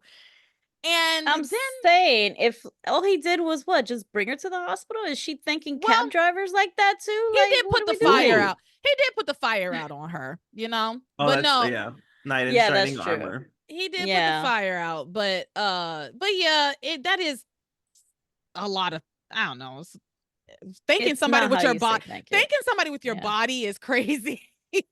Well, he's also seeming to wanting to deny the fact that she wants him back and she's kissing him. Exactly. Again, we can talk about Theresa being a liar, but so is Mhm. Ethan. Ethan is a liar too, and they deserve each other. That's how I feel. That's how I feel. And on top of that, I just want Theresa to get what she wants because I like Of Theresa. course, yeah. But Yeah. anyway, at this point, Gwen and Rebecca like leave the room, and Rebecca Mhm. is like that tramp's trying to get her claws back into Ethan. And Gwen, this is a nice thing I'm going to say about Gwen today. Gwen looks at her mom and says, look, I just want Ethan to be happy. And if it's with Theresa, then it's with Theresa. But I'm not, I don't want to do all of these schemes. I'm not trying to do this with you. And she like walks away Mhm. from her mom. She does. Yeah. She's I like, have the quote. I have the quote. yeah, She go do says, it. Ethan can kiss whomever he wants. I'm not going to trash Theresa to get him. I do want him to be happy, even if he gets back with Theresa. Yeah. Yeah. And she meant it. That wasn't a scheme. She was talking to her mother. It wasn't. I Yeah. agree. That's called a friend. That's that's what friends are for. In good times, Well, when you kiss her and not kiss me. Yeah, with I was like, good for Gwen. I appreciate yeah. this. I really do. Mhm. It's nice to see those moments. And then of course Rebecca, true to Rebecca, has finds out about the fact that Pilar's house is caught on fire, which means that Ivy's down there somewhere, to which she's like, maybe Ivy's life has gone up in flames like Casa Pilar. Only one way to find out. So she hauls ass over to the fire. I loved that she goes over to that fire to really quite literally gloat over the ashes. Yeah. Yes. Two of Yeah. her biggest like nemesis like Yeah. people she hates, Yeah. Pilar Mhm. and Ivy. Yeah. So and we will get to that momentarily because we're almost done with Theresa and Ethan. So this is at this point we also like learn that Pilar doesn't have any insurance on her house. She's trying to figure out where she's gonna stay. Everybody's trying to figure out who's gonna stay where, right? um Pilar shows up to the hospital, and at this point Theresa has started calling herself Mrs. Crane, right? Like she has had a Mhm. conversation with Whitney where she's just like, yeah, no, I'm Mrs. Crane, bill it to Mrs. Crane, right? And Pilar is very upset with this. She's like, I can't deal with you right now. Oh And no, but before Pilar gets there, remember, Theresa then tells Whitney, I'm gonna go talk to Ethan and he's going to come back with me. oh And that's yeah, when she walks over and hears the great nice conversation between friends. All right, I won't say best friends, but between friends. And he invites Gwen, I'm gonna go stay with Ivy at the mansion. I want you to come along. Now, does Ethan have any authority to invite whoever the hell he wants at the mansion? Not really. But he did invite Gwen, and not because he's trying to get back together. He just wants to hang out with his friend. He's gonna have the chef pull up something and have a great time together. But Theresa just misinterprets everything as if like people can't just be friends, and she's immediately going back to Whitney. Oh no, all gloves are off. They're gonna go fuck, and I need to somehow be in that mansion. Yeah. And I'm pulling the Mrs. Julian Crane card. Yep. Well, I text this to Latara we were watching. I was like, where did she get this idea that Ethan gets to invite her to the Crane Mansion? Like, you don't even live there. And so then I quoted from American Horror Story, there's not going to be a pool, you stupid slut. There isn't going to even be a house. I don't know if y'all know what I'm referencing, but that's American Horror Story. They meme it all the time. And I was like, Theresa, he doesn't have a house. He can't invite you anywhere.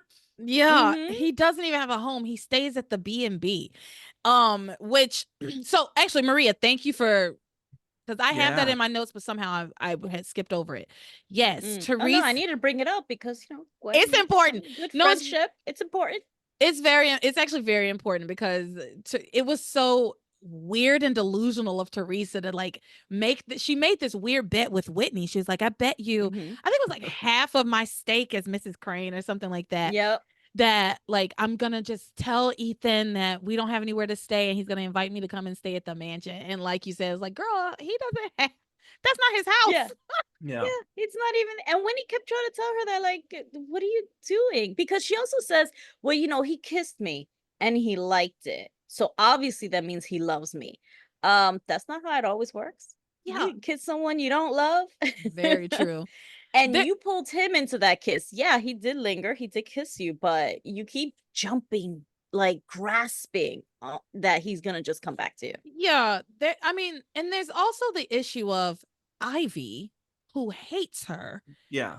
And he thinks of that house as Ivy's house, right? Like he would never, I don't think, invite Theresa to come stay at the house that is at his mother's house, basically, in his mind. Especially during this dispute over whose estate it belongs to. Yeah, he's Which like, wife? no, it's not happening. I don't know what in her Theresa has- delusional mind. Yeah, Yeah. Theresa has balls too, because you're going literally into the lion's den, because it is Ivy and Rebecca who are living in that house right now, and they already are at odds with each other, but let alone let me go in there. And she does not care about that part. Yeah, so she was upset. Theresa is upset to overhear that Ethan has invited Gwen to stay at the mansion.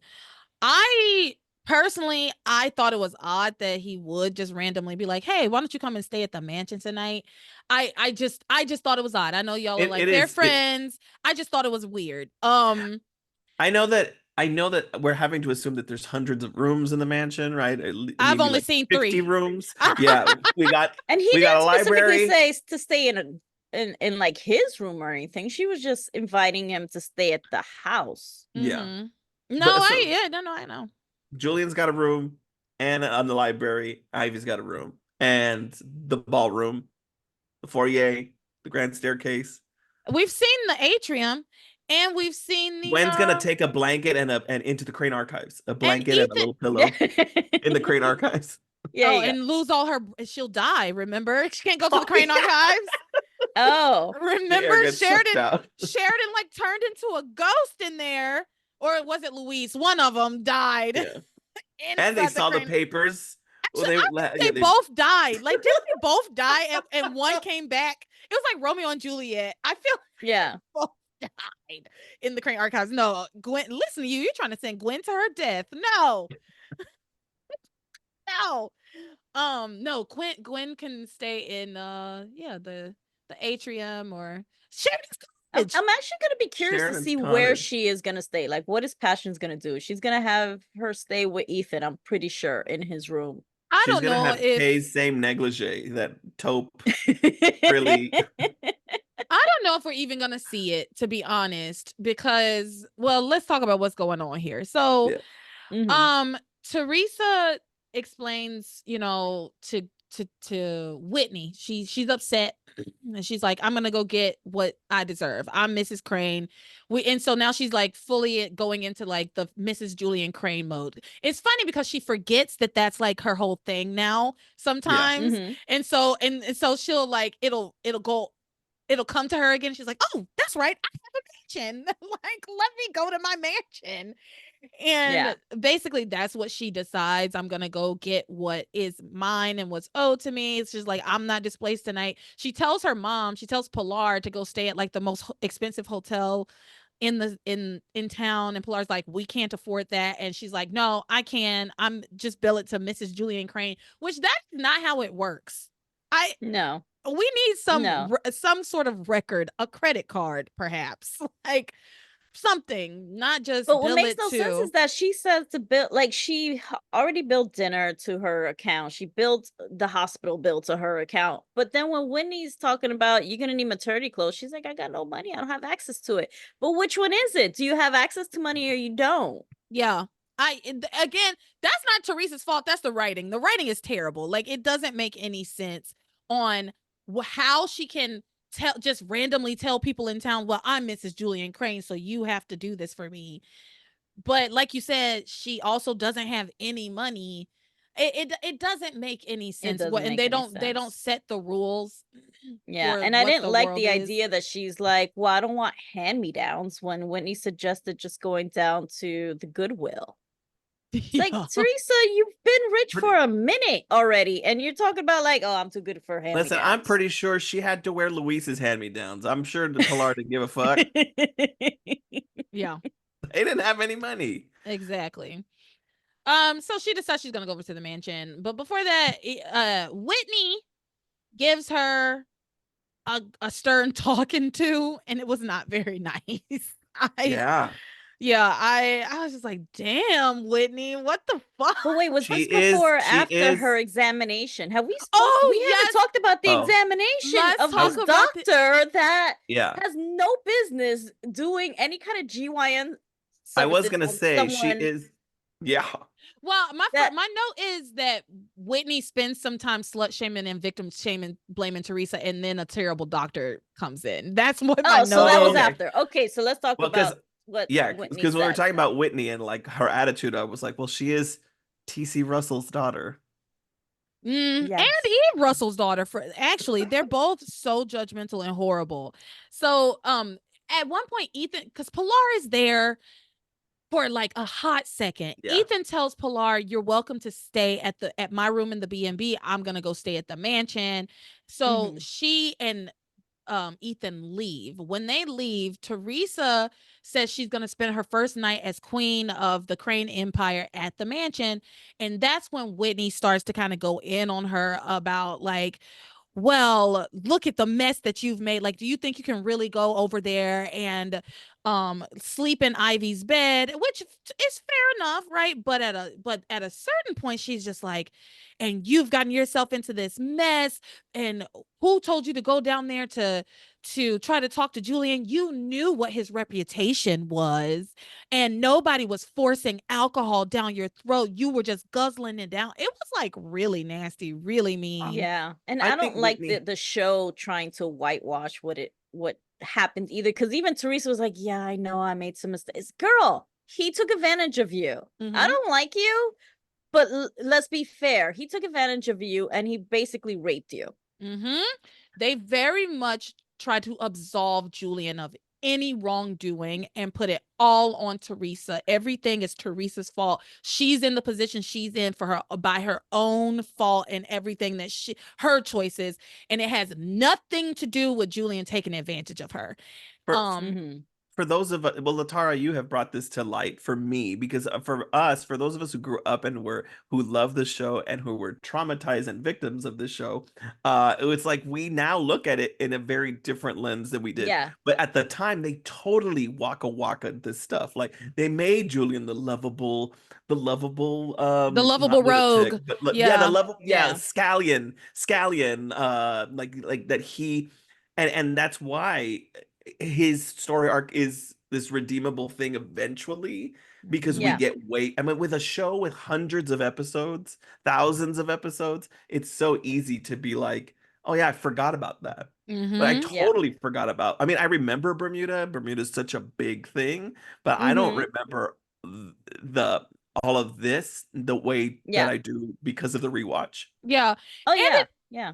it's also important to remember that in that time, whatever year this was, 2002, it was very, very normal to blame the victim, right? Like Yeah. You shouldn't have done this. You yeah, shouldn't have done that. we only very recently started even talking about the phrases of victim blaming and slut shaming. Though that's new terminology. Nobody Yeah, was because it talking was like that even in she shouldn't 2002. have worn this. She should have Exactly. worn Yes. that. Yeah. I mean, those Yes. are the talks that I was getting. Like, Yeah. you don't need to wear your shorts too short, your skirt too short. Like that sends the wrong message.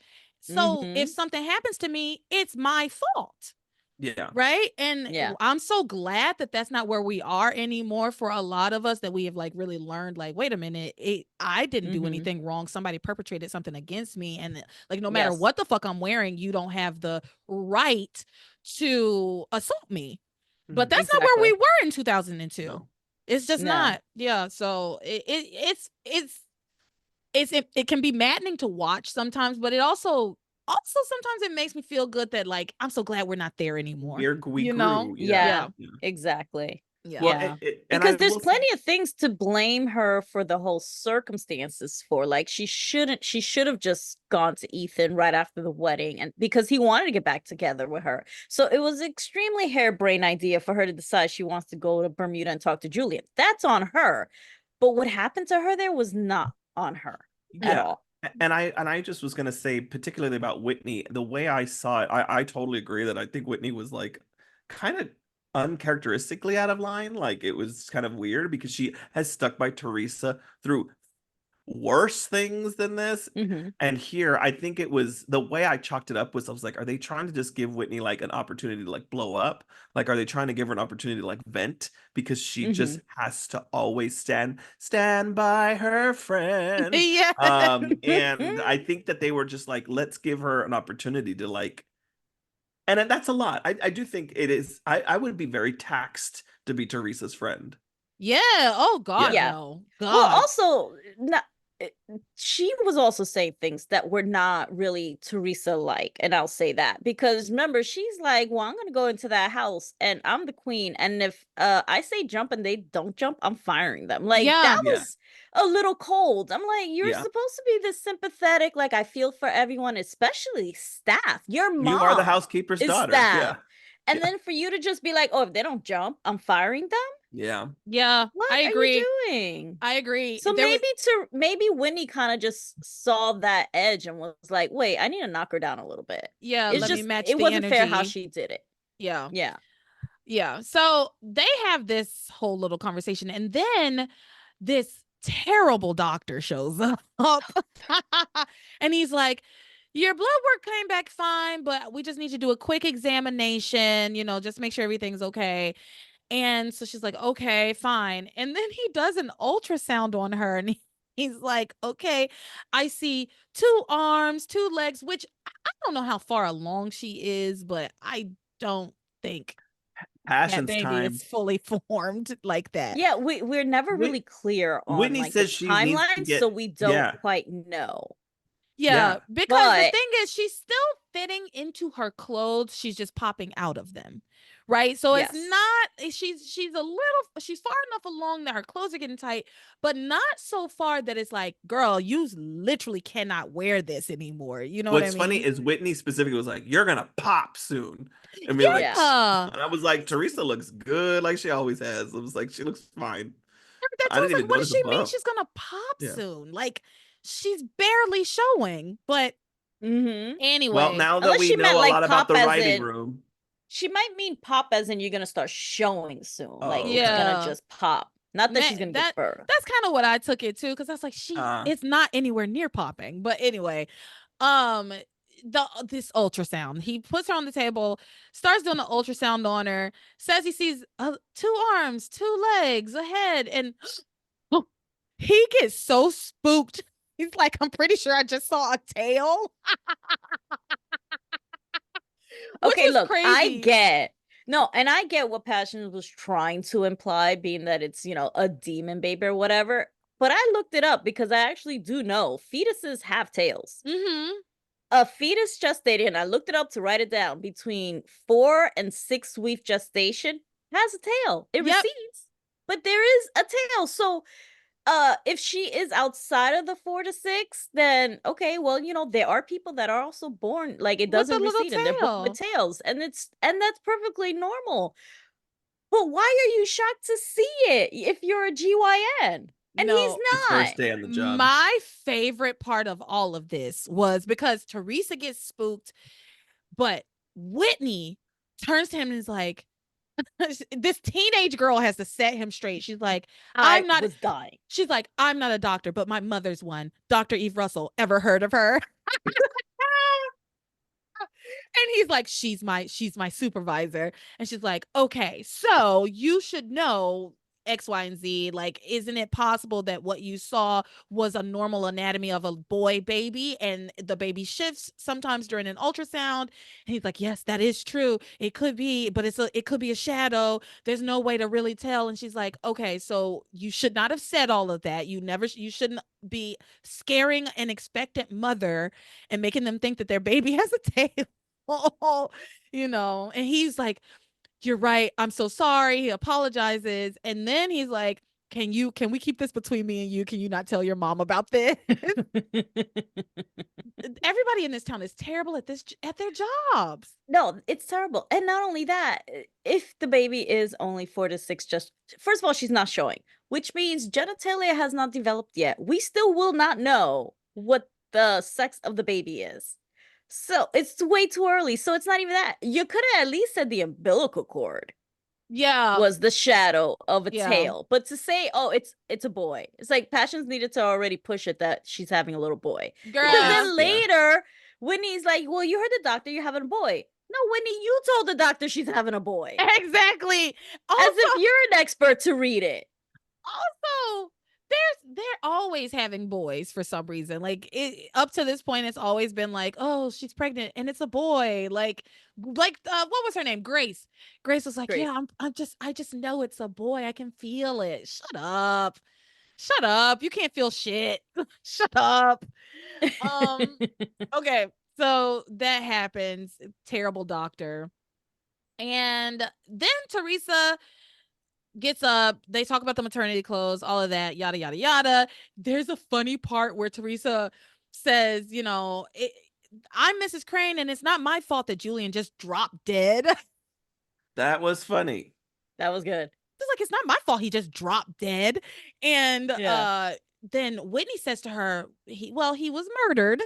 And do you know something about that? And she's like, no, but what? Am I supposed to feel sorry about him? About it? All he's done is get me pregnant and go to hell and leave me penniless. Well, and that was something else. She says, all he's done is get me pregnant, go to hell, and leave me penniless with his demon seed. That's what she said. Well, and that's what the other thing that the doctor asks is, where is the father? And Theresa responded, in hell. Yes. Forgot about that. Yeah. Yes. So she's like, excuse me? What? Yeah. So she's like, no, the father passed. And he's like, oh, I'm sorry. Yeah. In hell. Where he belongs. She's also not giving him credit that he's also supposedly helping her get Ethan back. So he's not all that bad. I mean, he's still bad. I don't think she Theresa, while I do not agree with actually, I do agree with the tactics. I 100% agree. You think it's okay to make a deal with a demon to get a guy back? No. Not that tactic. Not that specific tactic. What I mean is, I agree with the getting a lawyer and getting what is due to you. Those tactics, which are tactics that are part of the demon plan, right? Yeah. So it's just like interesting that the demon plan is really just her getting what she's supposed to get, but on but she also believes that it's going to get her Ethan back, which is so nonsensical, right? Like it doesn't actually make sense. Like, why would Ethan choose you over his mother? But that's neither here nor there. We'll get to it when we get to it. They're not even talking about that this week that much. So Theresa decides to go to the mansion. Let's talk about that. So she heads over, she goes to the mansion. Whitney goes with her. She didn't want to go, but she felt sorry for Theresa managed to kind of like make her I guess feel sorry for her. I don't know. Like I don't know why Whitney won't Whitney just go probably just home. went to watch her, to just make sure that she continues to try to make as less damage as possible. It's like she's Theresa's chaperone at this point. Yeah, I get that to an extent, but like at a certain point, it's like, girl, go home. Go home. You have a home, you have parents, you Yeah. have people. Just go home, get some rest. Deal with this crazy girl tomorrow. I don't know, but she is like her chaperone. She's just like following her around this town. She's her in the educational world we would call her para professional. She needs a para because some kids need an extra person who's with them all the time. Yeah. Yes. I'm sorry.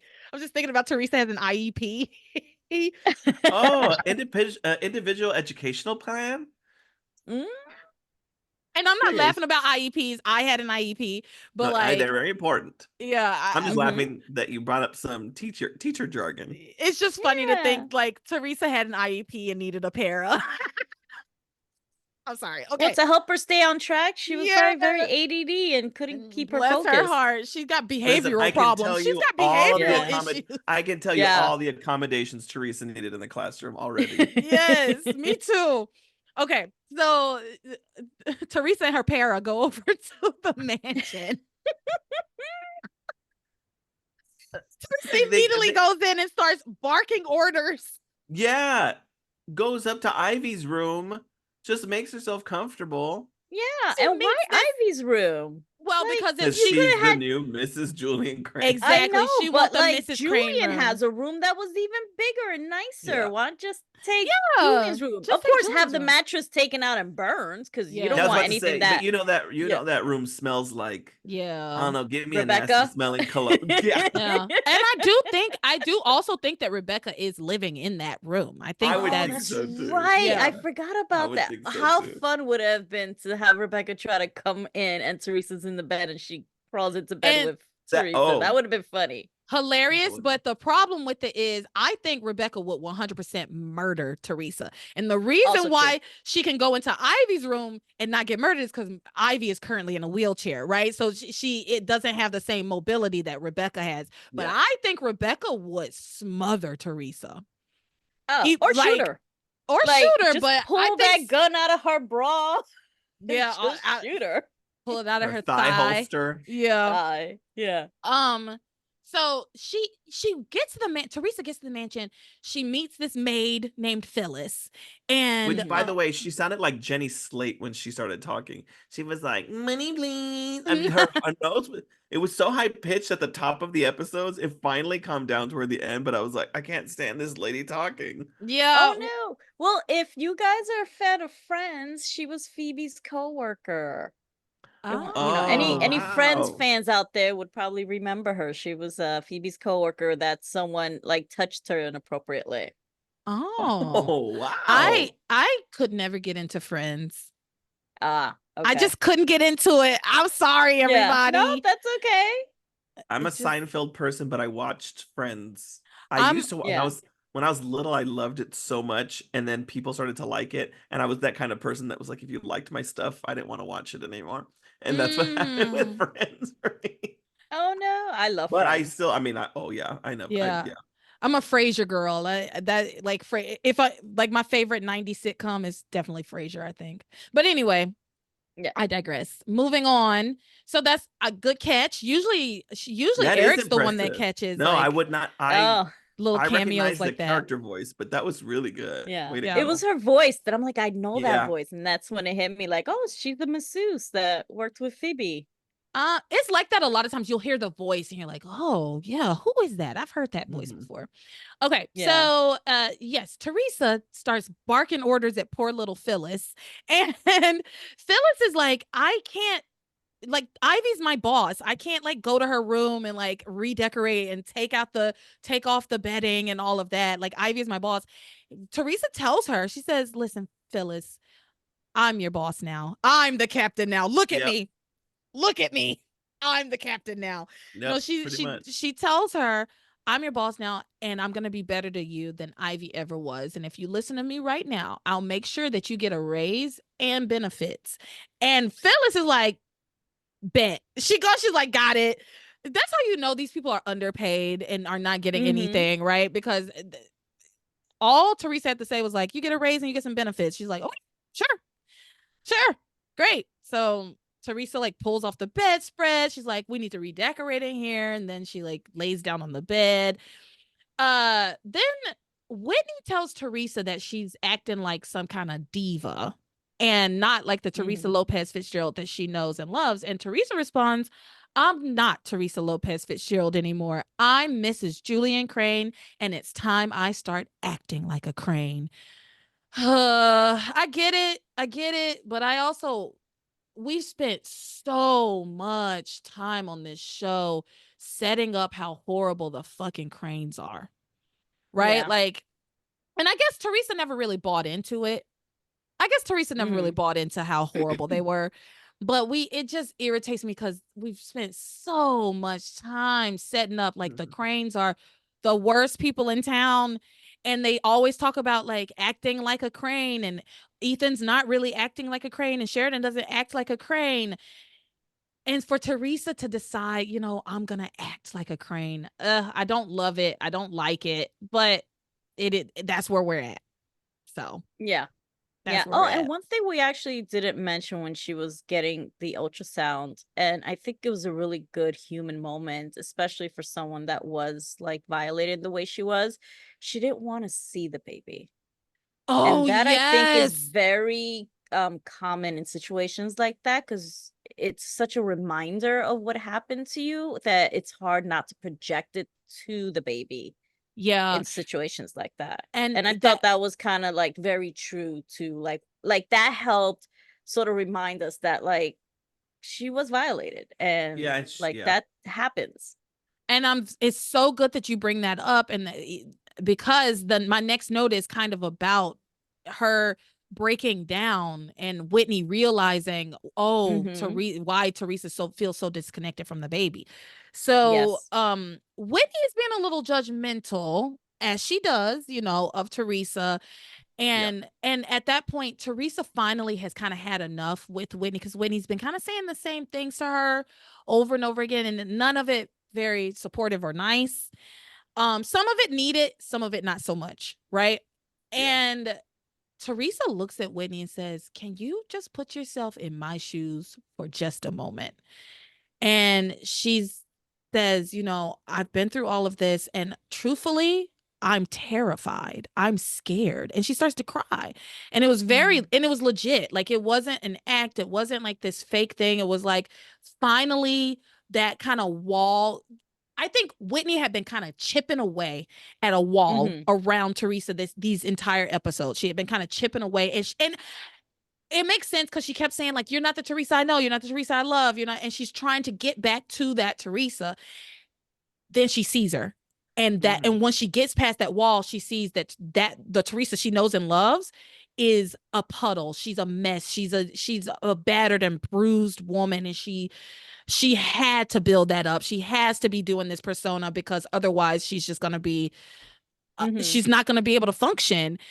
And honestly, it was kind of a beautiful moment, because Theresa says she's scared, and then Whitney says it makes sense under the circumstances why you would feel so disconnected from your baby, you know, because she was like, oh, now I understand why you keep, because Whitney had an issue with Theresa calling her baby it instead of like, because she says he, and like, to your point, Maria, we don't actually know if it's a boy or a girl. I mean, we know, but but at this point in the show, if you've never seen the show, you don't know for sure. You don't know that it's a boy or a girl.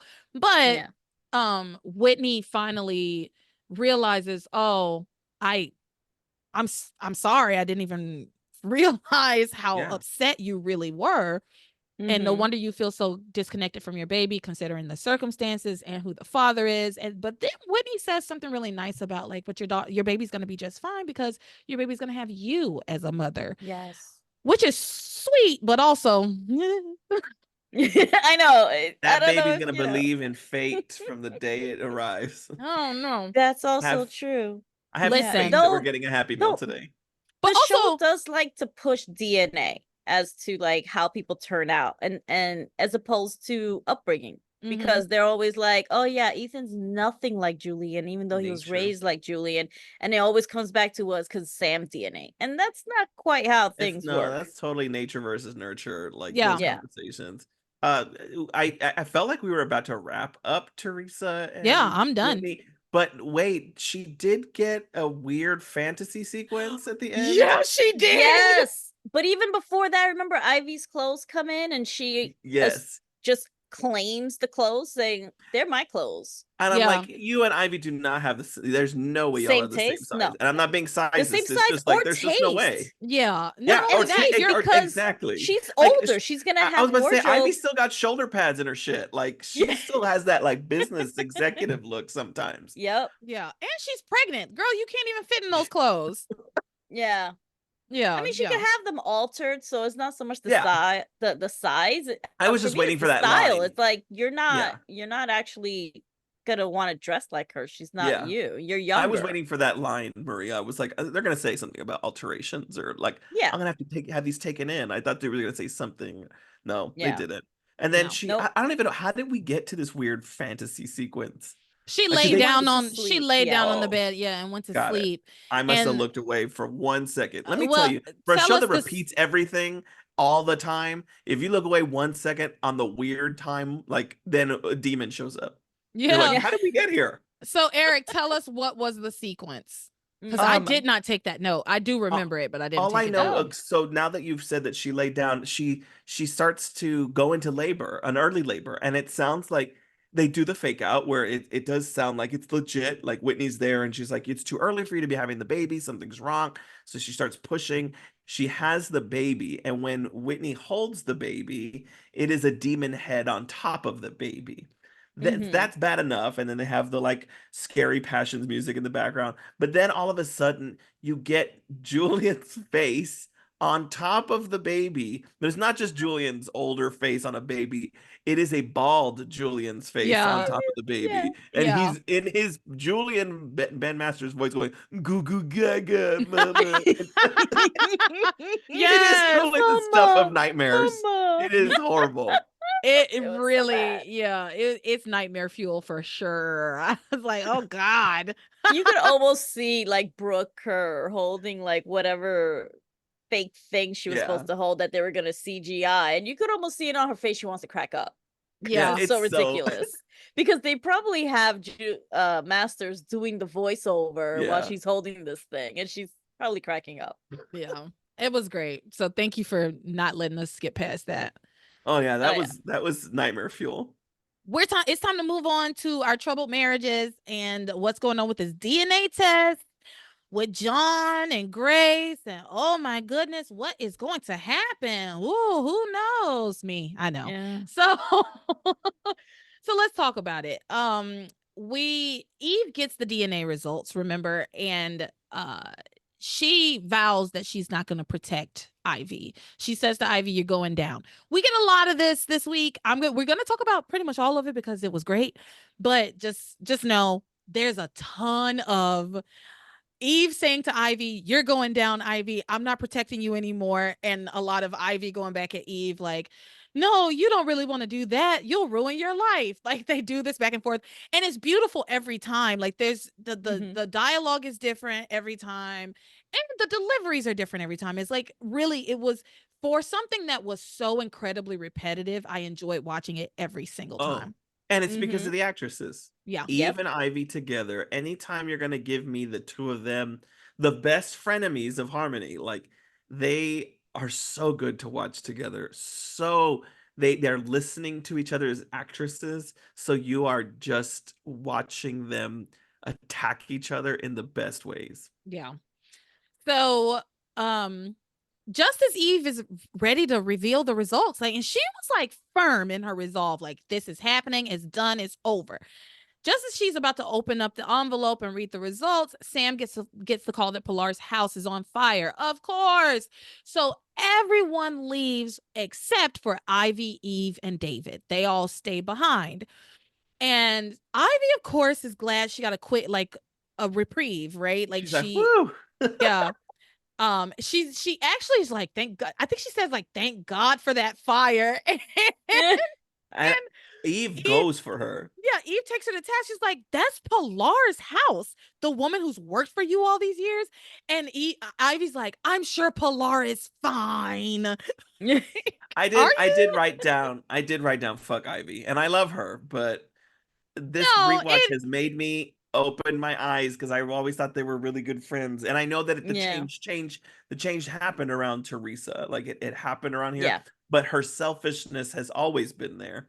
Um, and yeah, and it was, actually, I want to circle back to this conversation about Ivy and Pilar after we talk about all of this yeah. shit with Ivy and Eve. Yeah, because she says, and I'll just end it here. She said, Harmony Fire Department deals with this stuff every day. No, they don't, because they weren't able to save the Bennett house, so they're Mm-hmm. pretty Nope. awful, and you Yeah. should know that. Mm-hmm. Yeah, she's Everyone in like, Harmony should know that they suck. oh, I'm sure Pilar is fine. And so the Ivy takes this chance to once again threaten Eve with blackmail. She's like, I'm gonna destroy your life. Everybody's gonna find out what a slut you are. And she says, you really don't want to destroy your life, do you? Ivy has taken a different tone with Eve at this point. It's very much like, I really care about you, right? Like, you don't want to destroy your life. You have a beautiful life. I don't want to have to do this to you, Every right? trick in the book, every Yeah. trick Mm-hmm. in the book is what she's using. Yeah. And then she like frames Eve lying about this. Like, she frames Eve changing these results as like the moral thing to do. She's like, how can it be a moral thing to ruin people's lives, Eve? I'm It's like, do you from not hear you, yourself? Yeah, her, this lady who drugged a child. Not only that, drugged Grace too. It's just a serial drugger in this town. Yeah. I Uh, think I think David had one line this whole arc, and it was basically good for you, Eve. That's exactly Good what it was. But it good was for so you, funny Eve. because he was like in frame for a lot of it, right? Mm-hmm. He He's like, had to do a lot of listening. he was standing back there with his arms crossed, just like shaking his head every time Eve like made a point. He's like, yeah, yeah, and another thing, tell her. Yeah. Yeah. Yeah. So yeah, he didn't have anything to say, which I was okay with because these two really had it down pat and Oh on yeah, lock. we didn't need him. Yeah. So, yeah, she frames it as like that this is the moral and right thing to do. And Eve says, "How can it be moral?" Or sorry, Ivy says, "How can it be moral to ruin people's lives?" Right? Which that's like her whole line. I'll ruin you. I'll ruin your life. I'll ruin your life. I'm gonna She destroy did this. you. She did the like the opposite of moral, the immoral thing. Like she did that. She put these Mm-hmm. people in this situation. So now she's like, how are you gonna hurt them? It's like you did that. I know I'm gonna have to hurt them so they undo the hurt. I don't know how to. This all seems so algebraic at this point, but like Mm. it's really frustrating. She goes so far as to say that phone call that Sam got about Pilar's house was fate and it kept Eve from making a terrible mistake. Who does that sound like? Mm-hmm. Right? Yep. Doesn't that sound just like Teresa? Well, that phone Yes. call was fake, or not fake, fate. That phone call Fate. was fate, and it kept you from making a terrible mistake, Eve. And then she Mm-hmm. tries to appeal to Eve's love for Grace and says, She says, you know how fragile she is. Why do they keep saying this about Grace? What makes Grace fragile? Is it the fainting? Is it Does the she faint? Maybe. When has she Well, fainted? she fainted the one she time and she fainted? lost her baby. Yeah. Yeah. Well, but see, again, that was like she was shocked. I think it's like the powers thing too, right? Where she's like, oh, like she just gets like the Yeah, she's charity sensitive. stuff. She She's has it. sensitive to things. There it is. Okay. So Yeah. that's the only like when I think of that's what I'm saying. The rewatch has given me again your interview with the actress, huge difference about how I look at Grace after I Mm-hmm. watched that episode. But second, I'm like watching it again. I'm like, oh, she's not as as like wimpy as I thought she was. And that's the memory I had of her Yeah. before we started doing the rewatch. So when I Yeah. hear that line, I'm like, oh yeah, because they said that about Grace. Like I Yeah, would see they Mhm. it. say it about her all the time, but I have no evidence of Grace being fragile. Well, I mean, and Um, I wish they showed the clip of her yelling at Ivy in that hospital room. I yeah, mean, like Oh, then it's like how fragile is that lady? She's like, I she curse you, cursed Ivy you. Crane. yeah. She didn't seem that And even fragile when she then. knew that Ivy was coming after her man, Grace stood up for herself.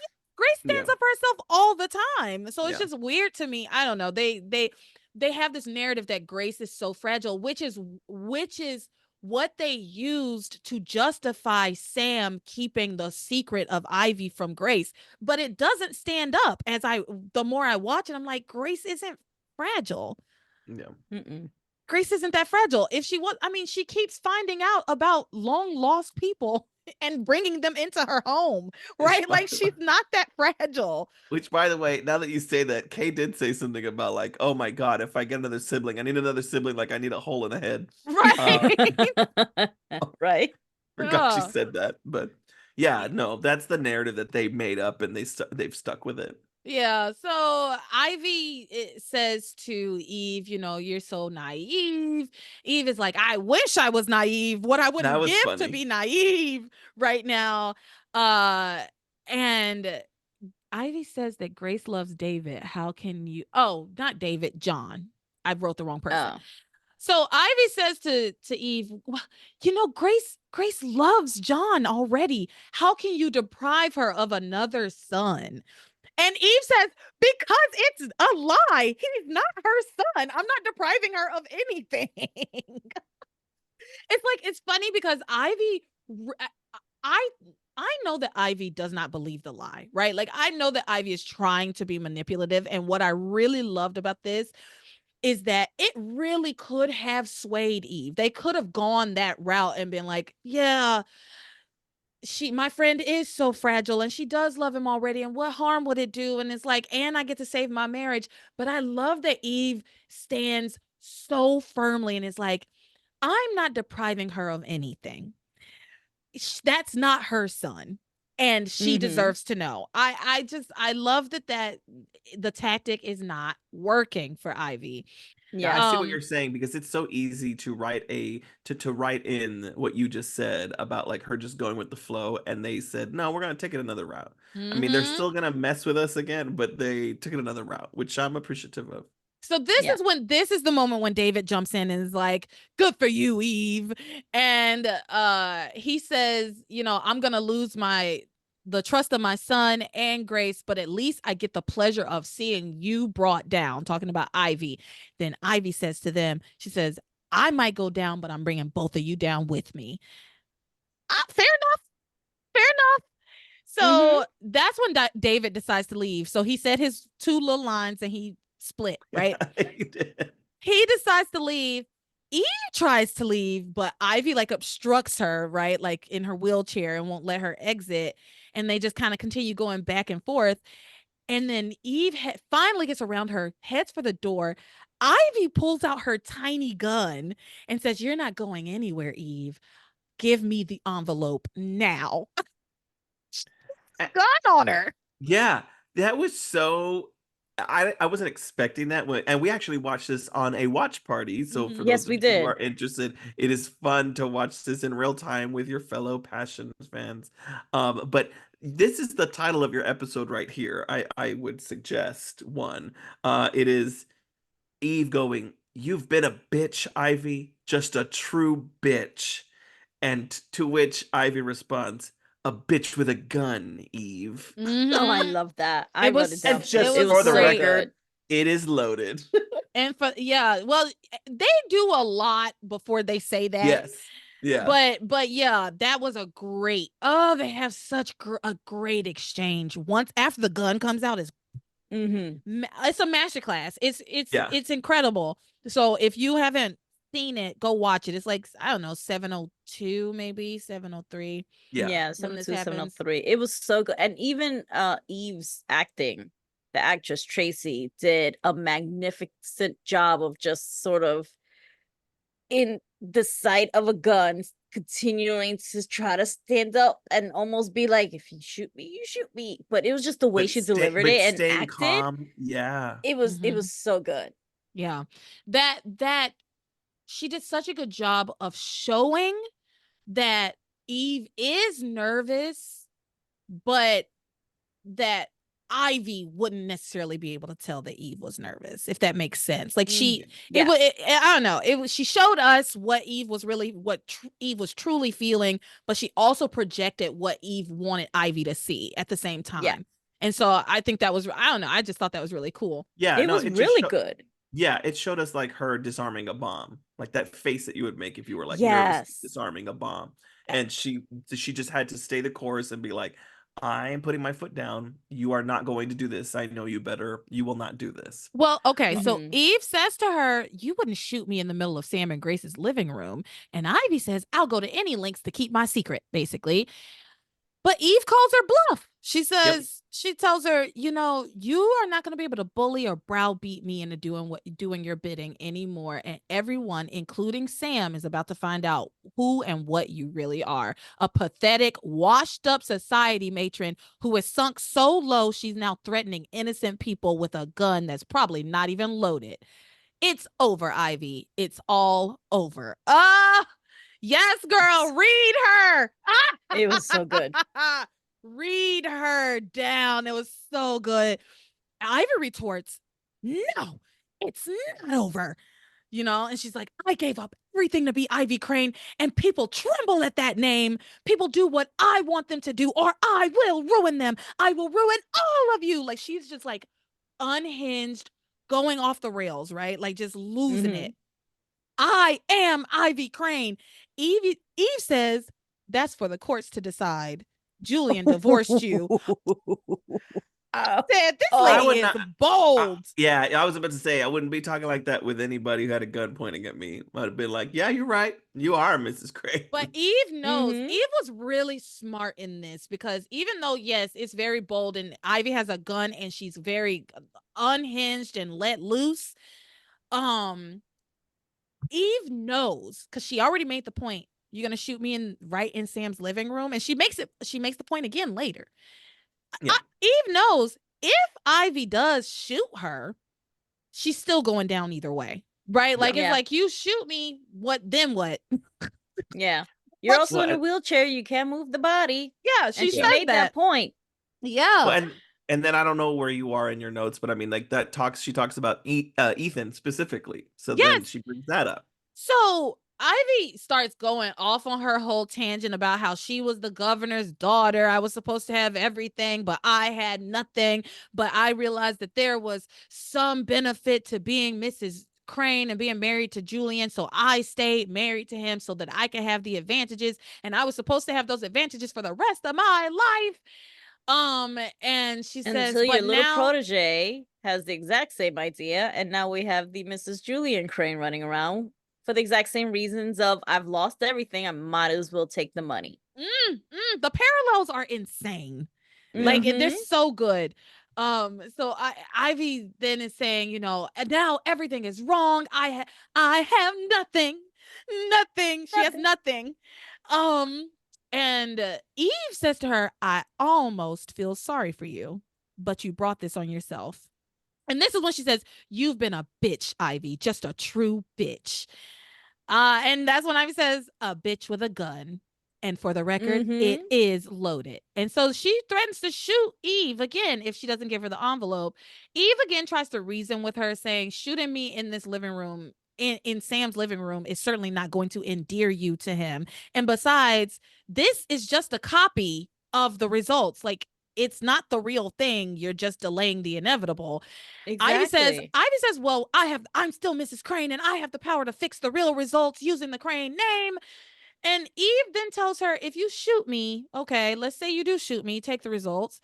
How are you going to get rid of my body? You're certainly in no condition to remove it.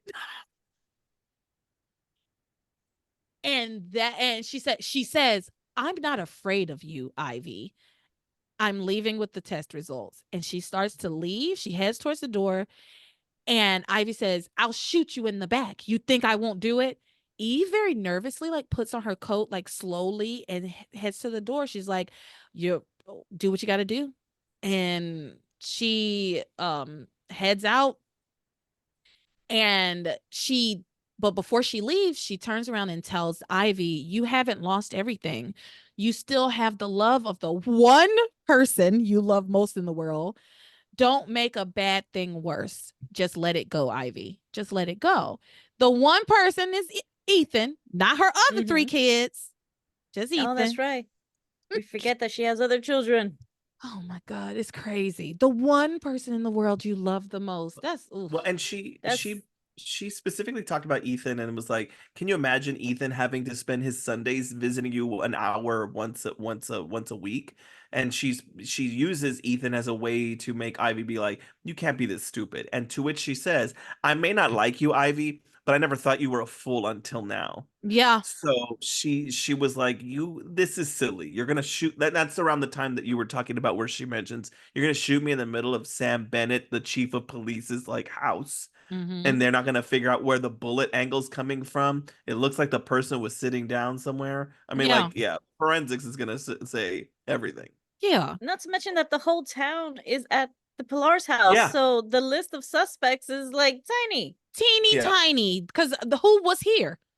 Who was here and Yeah. who wasn't at Pilar's house? Exactly. So it really comes down to Ivy and David left and went You know over who to it Pilar's was? too. It was the same person who shot Julian Crane. Right. We have a serial killer on our hands. Oh, that could have been good Ooh. though. Okay. So Ivy relents tearfully. She relents. Eve leaves, but not without giving one last jab, saying the truth will come out and you will get everything you deserve. Ooh. Again, bold of you talking to a lady with a gun like that who seems to have nothing to lose, right? Yeah. So, Ivy thinks to herself that she doesn't have anything to live for anymore, and she contemplates shooting herself, which Yeah. I did not care for. But she contemplates shooting herself for a moment, but she decides for Ethan's sake she can't do that. She's like, he's already been through enough, and I'm glad that I wish we hadn't even went in that direction, but they did it, so whatever. Eve loses the envelope as soon as she gets to Pilar's house. Like, And who happens to find it? Miss Tabitha Lennox. of course. Tabitha finds it and tries to give it to Grace to open. Grace very reluctantly takes it. She's like, "Oh, well, shouldn't we wait? Girl, it's yours. And Open it that's up." all I kept writing. Why I'm like, are we Tabitha's correct. stalling? It's Yeah, your why are we stalling? results. It's your results. They You should took, be ripping it open. Yeah. And so Ivy also decides to show up and come over to Pilar's house to obviously to see what's going on with the results. She still wants to keep Eve from doing it, right? Eve doesn't even know she's lost the results. She just loses them somewhere and thinks they're still in her pocket. Ivy shows up. The results haven't been read yet. Ivy thinks there's still a chance. Eve tells her, "Nope, bitch, you're going down." She says to her, "You should have just shot yourself." What? yeah. Ugh. Yeah. Eve, I don't know why you didn't shoot yourself over at Grace's. It is horrible. It's like, oh my God. But I've been saying that Eve is a villain, right? Like that's something a villain would say. Not a good person. That is not something a good person would say, right? Because when the gun was on her, she was saying, "Oh, what about your son? You have something to live for." Da da da. When the gun's not on you anymore, it's like, yeah, you should have killed yourself. Yeah. That's crazy. You should have sedated yourself. Yeah. Oh gosh. So she tells her that, which was really messed up. But Rebecca also shows up because she's excited to literally gloat over the ashes of Pilar's house and the metaphorical ashes of Ivy's life, right? She's like, I'm here for the DNA results. I hope I haven't missed all the fireworks yet. Ivy stalls for time by throwing herself out of her wheelchair. Is that what she did? Yeet. Oh, yeah. But I do have to say, my favorite line of the whole week was Rebecca, in which she's like, "I hope you're sitting down." Oops, excuse me. Of course we are. Yeah, the jabs at her being in the wheelchair are And again, none of us are ableist. I want to make sure that's very clear. Like it Yeah. is this it's what Passions has done to Ivy as a character. Like they have Mhm. made I keep calling her like a variant, like a Funko Pop. Like yeah. this is regular Ivy. This is Julian with a martini. This is Julian with a cigar. Like this one is wheelchair Ivy. Like they have made her up like they have made her persona all around the wheelchair. Yeah, And it they Yeah. is, have. and that's why, and the whole show keeps doing it. So we have to acknowledge these jokes that the show itself is making at Ivy's expense. Yeah. So Ivy tries to stall for time. This is not when she threw herself out of her wheelchair. Oh, I don't remember what she does because my note is Ivy tries to stall for time, but Rebecca is insistent. And so this is when Rebecca, she's like, let's get those results read, everybody. I Let's know. get this party This woman has started." no stake in any of this, but none it's of the it. one This, person that is like, no, we need the drama. And I think besides the even Tabitha says like this is more trouble than her tomato soup cake. yes, Yeah. yes. And it's all about the fact, like even Rebecca at some point tells somebody, I don't know who she's talking to, but she says like, I know it's my fault, like I'm the reason that they are doing this because she's the one that told TC and all of that stuff. So That's she right. admits it, but she's also like, let's figure it out, like let's put Yeah. it to rest then. Well, So why not? she wants to see the fallout, right? Like she Oh wants to yes, of be there course. for Ivy's downfall. Yeah. She wants a front row seat, right? So she's like, let's get this party started, right? Everybody's just like waiting. We do so much waiting around for these DNA results. So they're all just standing around waiting for these results. Just as Eve's about to read them, they're interrupted by Pilar and Ethan who show up. Then they wait around some more for the results. And then Ethan overhears like Sam and TC talking about how their suspicion around Ivy and the reason they're doing the DNA results is because they think Ivy might have set all of this up. And he's like, my mother would never do something like that. Are you sure? She She's already lied to done you. it. She lied to you your Mhm. entire life She's about lied who your about father DNA was. before. Yeah, like, are you sure she wouldn't do something like that, Ethan?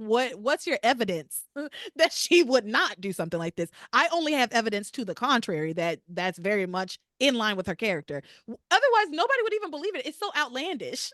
Like, it's so Yeah. crazy to think. Yeah. But it's like because it's Ivy, it's like, ugh, it's possible. Could be, you know. So he like confronts his mother about it and she's like, "No, I'm just here to try to clear my name. I would never do anything like that." Right? So once again, the test results are about to be read. This is when Ivy throws herself out of her There it is. wheelchair. Yeah. And then she just starts faking like she was in horrible extreme pain. So they have Eve come over and like check her out. But all Eve does is tell Ivy, your little stunts aren't going to work and they're not going to stop the results from coming out, Ivy. And this is when Ivy tells Eve, she threatens her daughters. She says, How did she get the idea? Like, did you see how it like all it of a was sudden she remembered? It was silly, Yeah, but it was silly. There was a moment where she overheard Eve there it is. and Grace talking about like their kids and how The much they Pilar, love. Pilar. Yeah, Pilar. Sorry, Eve and Pilar was talking Pilar. about the kids and the fire and all that stuff. And Yeah, Eve said something about like, I don't know what I would do if something happened to my kids. I'm gonna do whatever I can to take care of my kids. And yep, there it is. Thank you, yep, Latara. Yeah, that's when Ivy's like, hello. That was my original plan to begin with. Fuck with her kids. yep. Yeah. I've been going about this all wrong. I gotta change tactics. So she says to Eve, because Eve is like feeling really, really, I think, proud of It's herself at this yeah, it's moment. You know, over. She's about to end it. Yeah. it's over, right? She's very firm in like, I'm gonna tell the truth. But Ivy says to her, uh, if you don't do what I tell you to do, I will turn your daughters into drug addicts just like their mother used to be. And then Eve is like, what the fuck? She's like, Yeah. wait. She's like, wait, what? How could you even think of doing something like that? And you could never do anything like that to my daughters. And Ivy says, who do you think drugged Whitney at the youth center? Mm. Reveal. But let me just Mm. say, this reveal, the way Eve reacted to me, in my opinion, was not big enough. No. Right? Like, Agreed. because in my mind, if I'm already at the point where I'm ready to let this bitch burn and go all the way down and blow up, and in the process blow up my own life, right? Then me exposing her as the person who drugged Whitney only hurts her, right? Because the what I'm going to lose in the process doesn't change, right? Because if Ivy tells TC about Eve's past, that's all that she has on her. And she's going to do that regardless, right? The plan, that was always what was going to happen. If Eve does the results and tells the truth, then her husband's going to find out the truth about her, right? Eve's husband's going to find out the truth about her.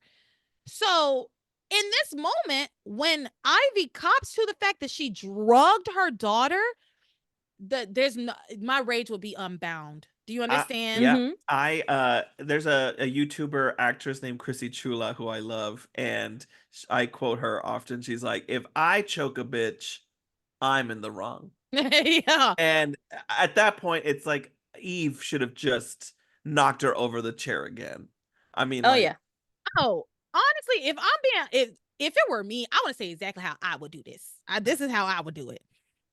I hear that from that bitch. I keep my hands to myself. You know what I mean? I'm staying clean in this. I'm staying clean. I'm keeping my hands to myself. Cause Sam, the chief of police, I don't know. He got this baby with her. I don't know. He's crooked. He's crooked cop. I'm gonna keep my hands to myself. But what I am gonna do is immediately yell to everybody, John is not Grace's son. Ivy set that all up, and she had my daughter drugged. Come get this bitch. Like, yep. I would be like, somebody come and get her before I get her. Also, she has a gun on her, and she probably killed Julian. I would just let it all would've fly. just Throw it thrown all everything. on her. And you know who would help you? Rebecca. Oh, Oh, 100%. Rebecca would have been there. Yeah, yes. I mean, the noble Dr. Eve Russell obviously has to be true. Boom. She's a toast. She's toast there. I would let it all fly, every single detail, because the only reason, like, whatever. Ivy would not have access. She doesn't have to have access to your daughters. Now you know the only reason she was able to drug Whitney was because you didn't know that was a possibility. Yeah. Right? Like, you didn't know that was a possibility. Now you know. No, I in need to her be head, watching she's out for thinking Ivy. it was Chad or somebody else, like somebody Yeah. at the party, but And I think never Ivy Crane. Yeah, and I think that's also going to bother me too, because now that moving on, I wrote that down. I'm like, I'm gonna be waiting to see if Eve says, let's be nicer to Chad. I know, like, she might not say who the true person is, but now I'm gonna be waiting to see if there's if that's fruitful at all. I don't think so. I Yeah, think 'cause she's it about always- yeah. about to return to form of covering her own ass. And it was nice while it lasted, seeing Eve kind of stand up for herself. But yeah. as soon as Ivy says that about her having drugged Whitney, she shrinks. Right? The reaction is tiny. The reaction is more internal. Because she sees that Ivy has access to her kids. And it terrifies her. And I get it to an extent, but the thing is, Ivy has lost basically everything, and on top of that, now Theresa's running around saying she's Mrs. Julian Crane. How much power and for how much longer will Ivy have? You know what I mean? Exactly. How much power It's and will she have it for how much longer? Like, to be looking out for her and watching your children and making sure that they know, and making sure that they know that that's a possibility. Somebody might drug you, right? Exactly. Because of me. But that was such a crazy fantasy that she had too. Yes, that's what I'll get to. Say. Yeah, the only way we'll get Simone in an episode is to have a fantasy. Yeah, that's right. Sugar Bear. That should have been her prostitute name too. She was it's like, come, I'm Sugar Bear. Oh my God, Maria! No, that's true though. That's actually solid. So Eve has this crazy day nightmare, right? Where she is in this nightclub. Whitney's up on the stage singing.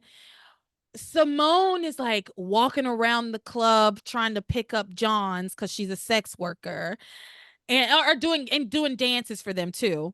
And Yeah. then She's a private dancer. and Dancer Yeah. for money. then Whitney comes off the stage and finds a drug dealer and asks him for a hit, but she doesn't have any money and she's like gonna use her body to buy drugs.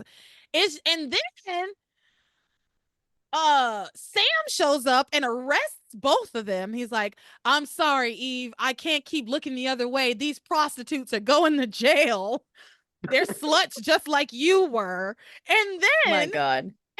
T My God. shows up and he grabs her and starts shaking her and is like, this is your fault. Our daughters are whores because you're a whore.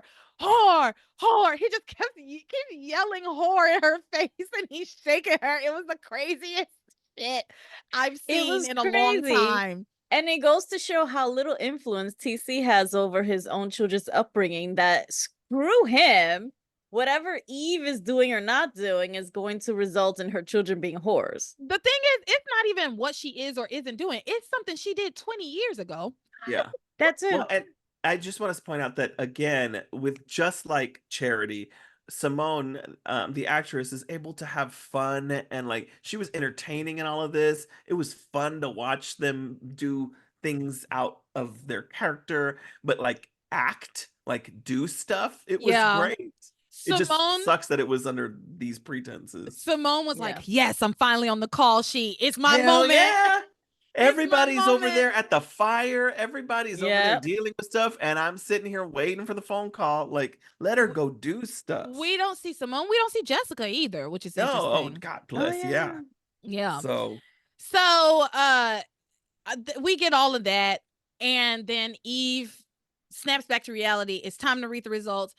She opens it up and she lies, of course. wait, Yeah. can I tell you right before the lie what happens? I don't know if y'all saw this, but it's very subtle, very fast. She is like, all right, here we go. She has that piece of paper. She's opening it up and she has to make a choice. Is she going to do it? Is she not? If you don't see this quickly and closely, Ivy looks at her and does a nose bump. She does a nose bump Oh, I to her didn't notice. and I didn't see it pretends to either. snort cocaine. And then Wow. that is when Eve lies about Grace and John's Yeah.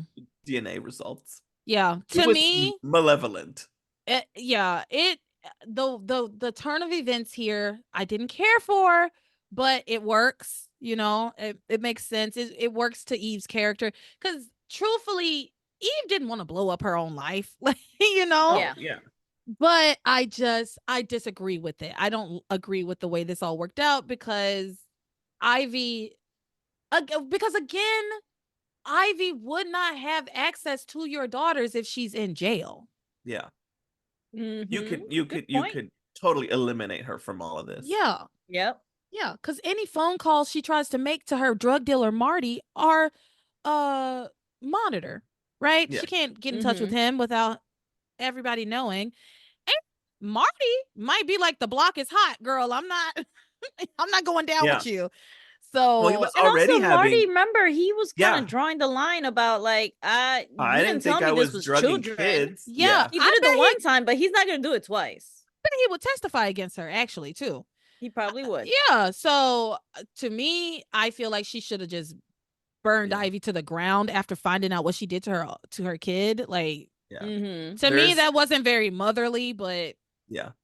There's elation. People are happy. Obviously, John and Grace are happy. David, again, I'll give him his props. His acting was really good. Like, it was very subtle. It was just like, oh my God, she lied. Like, yeah, he's like, and they pan on him for a good long while. It isn't until Rebecca's like, oh, this is some bullshit. This is a lie. And she lunges for the results and tries to read them. And that's where that storyline ends. yeah, that's where we And that's ended where it. it ends. I imagine that the paperwork is something that needs to be deciphered by a doctor, right? Like, Oh, I yeah, she imagine won't be able. Rebecca's gonna That's- get It's gonna it, look like Braille to her. And She's she- not gonna be able to do Exactly. it. yeah, she won't be able to make heads or tails of it. So that's it for that storyline, y'all. This a long one today, but we going into Sharice. We're going, but really quick, because one thing I actually forgot to mention when we were talking about like how we're displacing everyone after Pilar's house goes up in flames. Especially now that Theresa is Mrs. Julian Crane and Sheridan is believed to be dead and Louise is on vacation in Bermuda. Why aren't they just all going to go stay at the cottage where they used to live? That used to be their home. That's a good. That you make an There's no excellent point. need to have Miguel on someone's couch or anyone else. Just go to the cottage, Pilar. Like, yeah, I Yeah. mean, granted, it'd be great to stay at a hotel, have it paid for, where you get room service and turn down every day, sure, but I the will cottage say is there. No one's using the cottage. that you brought that up, Maria. There were some Latino like behavior things that I wanted to talk about. One, Pilar would have never let them all be in different places at this point. She should have had them all together and they should have figured out what to do. Somebody would have had to made a phone call to Louise and been like, hey, just, the house is on fire. I think Yes. that makes sense to even call somebody on their vacation and be like, just so you know, we almost died. Yeah. Two, at one point, again, I know the mortgage thing, the insurance thing, I get all of that. At one point, TC says something like, "Why didn't you ask for help?" Rule number one: Latinos don't ask for help. You keep it tight, close knit. You don't ask for help. Doesn't mean that has changed. And not all Latinos are the same. Not all Latinos are monoliths. But I understand why Pilar is like, we don't ask for help. Like Yeah. you just got to do it on your own. Or if it's not within the family, then you don't ask for help. Yeah. Yeah. The more you know. The more you The know. more you know. Okay, so moving Okay. on to Sheridan and Louise, which you make a good point about nobody calling Louise I to come to know. the houses. I'm I like, didn't even think of that. is he Like, going to find out about it before he goes home? Like, is And I know we anybody gonna haven't call met her him? yet. I know we haven't met her yet, but sure damn well Mrs. Wallace was like, Betty, the house is on fire. I can see it from here. She got that phone call, but she's like, Mother, shut up. I'm about to get some with Louise. Yeah, it's Like, there is finally a whole happening. nother world. yeah. Going on off screen. Yeah, and we do see a little bit of Yep. that Beth coming out Yep. in these I episodes. made those Yeah, notes. we do. Just a tiny bit of that, like, really horrible woman coming out of Yeah, her. I think this is when the actress finally got to sit down and they're like, okay, this is what we're gonna do with your character. It's a slow development, but Yeah. This you're was the about to first turn. time I saw. Thank you, Maria. This is the first time I saw Beth act like the Beth that I know. The Beth that Uche loves. Yeah, Yes. and Fantasia. And Shout out to Fantasia. Uche and Fantasia. Yeah, Yes. they love Beth, so let's talk about her. So, these fucking people are in Bermuda together. Oh my God, y'all. I hate this storyline so much. Brian and Diana and Beth and Louise are all at the same Bermuda resort. Remember that, okay? Not only are they at the same Bermuda resort, they're staying in rooms adjacent to one another. They're like next door to each other's. Yeah. Their balconies are connected, which Yes. I knew that their balconies were side by side. I don't think I realized that they literally could walk across each other's balconies until these episodes. So Brian and Diana decide to go for a late night dinner at the resort. And at one point, Brian, because Diana's like, yeah, I want to go to dinner, even though she was like feeling a little bit under the weather. She was like, but I really want to get out of the room. And he's like, let me guess. You think somebody's gonna recognize you? Like, he mocks her for hoping somebody might recognize her. I hate him so much. Oh, he's so annoying. I can't stand him. Meanwhile, Luis and Beth are also at dinner, a late night dinner at the resort as well. He is looking around. He's like, this place hasn't changed much. Well, it's only been 8 months. How much would it change? How much is it supposed to have changed? Anyway, he's like, this place hasn't changed much. And then they have like some conversation around Sheridan and closure. Who cares? Louise tells Beth that he appreciates her being strong enough to come to Bermuda with him, even though this is the place where he lost Sheridan. And then a song starts playing, and they're like, yeah, this song played at our senior prom. And Louise asks her to dance, and she's like, I'm surprised you didn't dance with me at our prom. Like, girl, why did you want to marry him? Yeah. What do you mean he didn't dance with you at y'all prom? She's like, I'm surprised you want to dance with me now. And he's like, well, the offer stands, but like I'm losing interest, so either take it or leave it. She's like, no, no, No, no. but he actually tells her too, like, I'm kind of using you to get over Sheridan. That's so insulting. She does not care. All What did she, wait, did I miss that? She said, whatever it takes. I know I can make it through. Whatever Because he it kind of takes. apologized. He's like, I'm so sorry, that I'm kind of using you to get over Sheridan. Oh, Yeah. wow. And she's she's like, you it's do fine. what you gotta do. She's like, it's fine, because she just wants Luis, right? And Yeah. that And morning, who can blame her? and if I were her that morning, I would have peroxide my hair and been like ready to go.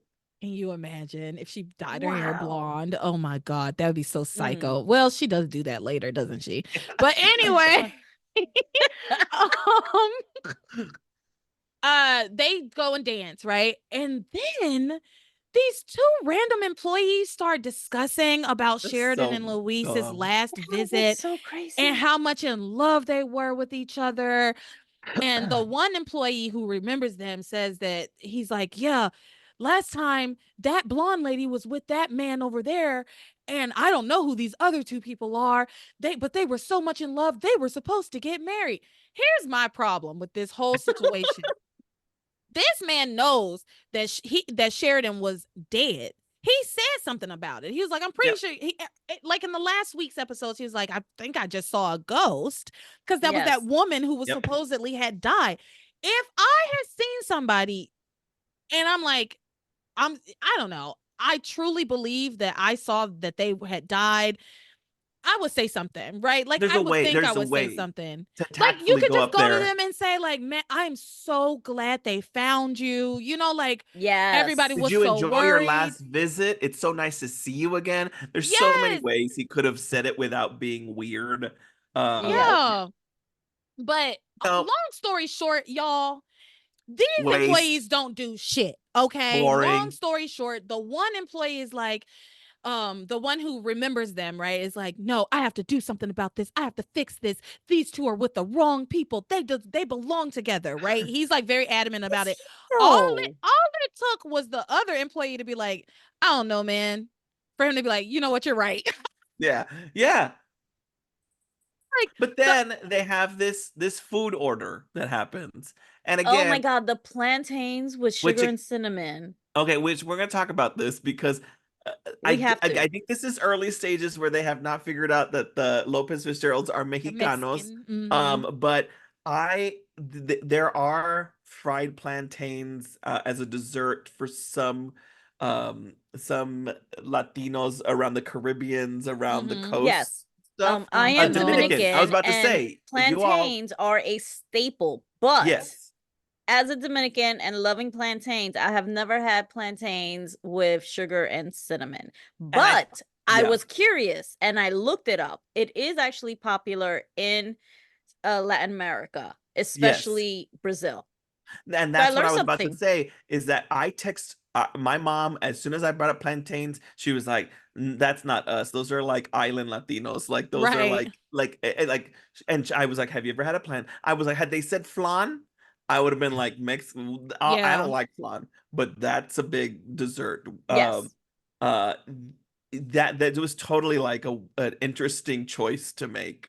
But there are Mexicans that eat fried plantains. Well, I mean, us. Not me. To them, it's all encompassing. Because truthfully, they think of the Mexican heritage, all of that, as Spanish, which is such a whole. It's on the other side of the world, right? Yeah, like, very much. Like, it was funny. I was like, I can't wait to ask Maria what she thought about this. And I've never had it prepared that way. And I've had plantains prepared in all kinds of ways. I mean, like I said, it's a staple. Right. You're having it like a few times a week. Like Dominicans are known for plantains, sweet ones, the tostones, all that. That's but what I've never had it with sugar and cinnamon. That was brand new. What was interesting is that the waiters seemed like, wait, how do you want it prepared? And granted, I've never heard of it, But when Super I looked it weird. up and they say that it's something that is very common in like Latin communities, Yeah. you're in Bermuda, you're on the island. So, Mhm. yeah, must have heard Yes. about doing it and preparing it this way. They Yeah. were just lazily trying to connect Antonio and Yeah. Luis together. Yeah. Yeah, So but they I got don't me think we highly invested in doing research on plantains while watching past I I shows. don't did think too. we I did too. explained why we're talking Oh, about sorry. plantains. Yes. So Oh, sorry. no, it's okay. I just realized I was like, I don't think we explained where this is coming from. So at a certain point, Luis and Antonio both order the exact same like side. They get a meal and they both get plantains with cinnamon and sugar on top. And the waiter makes note of that like as a weird thing, right? Like, oh, I've literally never had anybody order it like that. And this night I had two people order it like that back to back, which is crazy. Like that's so odd. And it is, It is, and you but would also, think, how often are you telling a restaurant how to prepare their food? Yeah. yeah, And I would have, if I were that waiter, I know myself, I'd have been like, that's interesting. That table over there just ordered it. I would have done. exactly. It's Yeah. just simple. Matter of fact, I would have been like, that's weird. That table over there just did the same thing. That's kind of crazy, huh? I Yeah. would have said something. Yeah. Yeah. But with that So said, I don't want to make it sound like I'm sure there are Mexicans that eat plantains. I looked it let up. it go. There They are eat people there. plantains. It's okay. I just You want don't to have make to it keep clear. you I don't have am to not, keep we are not a explaining monolith. yourself. Yes. You Because that one person will find that me on is so Twitter funny. and You be Oh, know, yeah. like like, I want to make Yeah. it clear. I Yeah. know I that there eat are Mexicans. plantains every day. I know that there are Mexicans who eat. Man, how many states are there in Mexico? There's like a bunch, and they all have Yeah. different kinds of food. You know. Oh, Yeah. yes. Yeah. But anyway, these two people, these four people, these idiots, all get their food and Mhm. eat. Sheridan gets like a feeling, of course, like I feel like I've been here before. Oh, I just got the weirdest feeling. Of course she did. Of course, Brian Yeah. makes fun of her for it. And then he they decide to like go back to their rooms, right?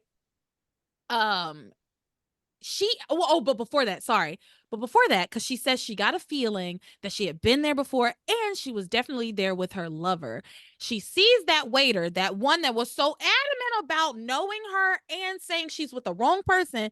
She looks him dead in his eyes and says, "Excuse me, have you ever seen me here before?" And this man stops for a second, looks over at the other one that was like, "I don't know, man. You might get fired. It might cause a problem." He looks at him. The guy like shakes his head and he looks at her and says, "I'm sorry, I can't help you. I'm sorry, I can't help you." Not like, I don't know. I don't know. It's not an answer. It's like, "I'm sorry, I can't help you." It's not like, "No, I haven't seen you before," or "Yes, I have." It's, "Sorry, can't help you." Throws his hands Yeah, it up, was really weird. I'm also leaves. a little annoyed that they're constantly still referring to him as her lover. It's Why can't horrible. he, like, obviously you can assume maybe you were married to the guy, but like with all the romantic stuff, I mean, you could have at least been like my boyfriends, My but why does it have to be fiance. a lover? It I just feel feels like, so It, salacious. it has made me laugh because I don't use this, but when I think about the context of the vernacular within passions, making love and lover are huge words that you get phrases that get oh used a yeah. lot. And And it's like, Yeah. I don't think I'm like, do I ever think about saying those things in my natural day? No. listen, every single time somebody on this show says lover or lovers, I think about 30 Rock. Have you ever watched 30 Rock? Yeah. uh Jack says to Liz, he says, "We're lovers, Lemon." And she says, "Ugh, that word bums me out unless it's between the words meat and pizza." And that's how I feel too. I hate that word unless it's between the words meat and pizza. You know what? Okay. I also take butter lovers when I make my microwave popcorn. Yes, I'll take that. Butter and popcorn, but any Yeah. other iteration, please keep that out of my lexicon. Thank you. Please and thank you. But yeah, they use that way too much. We were Mhm. lovers. Ugh, yeah, find something else, but they won't. They're gonna continue just Yeah. beating Well, that I mean, horse. they can't call it for what it really was. They were fuck buddies. They Mhm. were fiancés. Like Yeah, they I were, yeah. know. So They were. what where are we? They go back to their rooms, right? Beth There Beth it is. Beth is like thrilled that Sheridan's dead. Yes, that's where. Yes, I put Beth talking to the ghost of Sheridan, and she was 1,000% Beth Wallace in that She was moment. like, sorry you're dead, Sheridan, but it's my turn now. And honestly, I had him first, and then he met you, and it sucks that you're dead, but also it doesn't suck because now I get to fuck him. Like she You pretty really much said verbatim what the script said, Yeah. which is, I'm sorry you're dead, but I'm about to have some Fitzgerald. Yeah, her and Luis were planning to watch Moulin Rouge on pay-per-view. So, okay. They dated the season. Yeah, for sure. And so she was just in the room, like getting gussied up and putting on her lingerie and just being like, yeah, sorry, Sheridan, but you're dead and I'm not. Like, oh yeah, Beth is coming through, and she has the Beth hair. Yeah, It's now that is peak Beth Beth hair Wallace too. hair. Yep. So, meanwhile, Luis is like gone out to get some ice because they were supposed to be like having like snacks and drinks or whatever.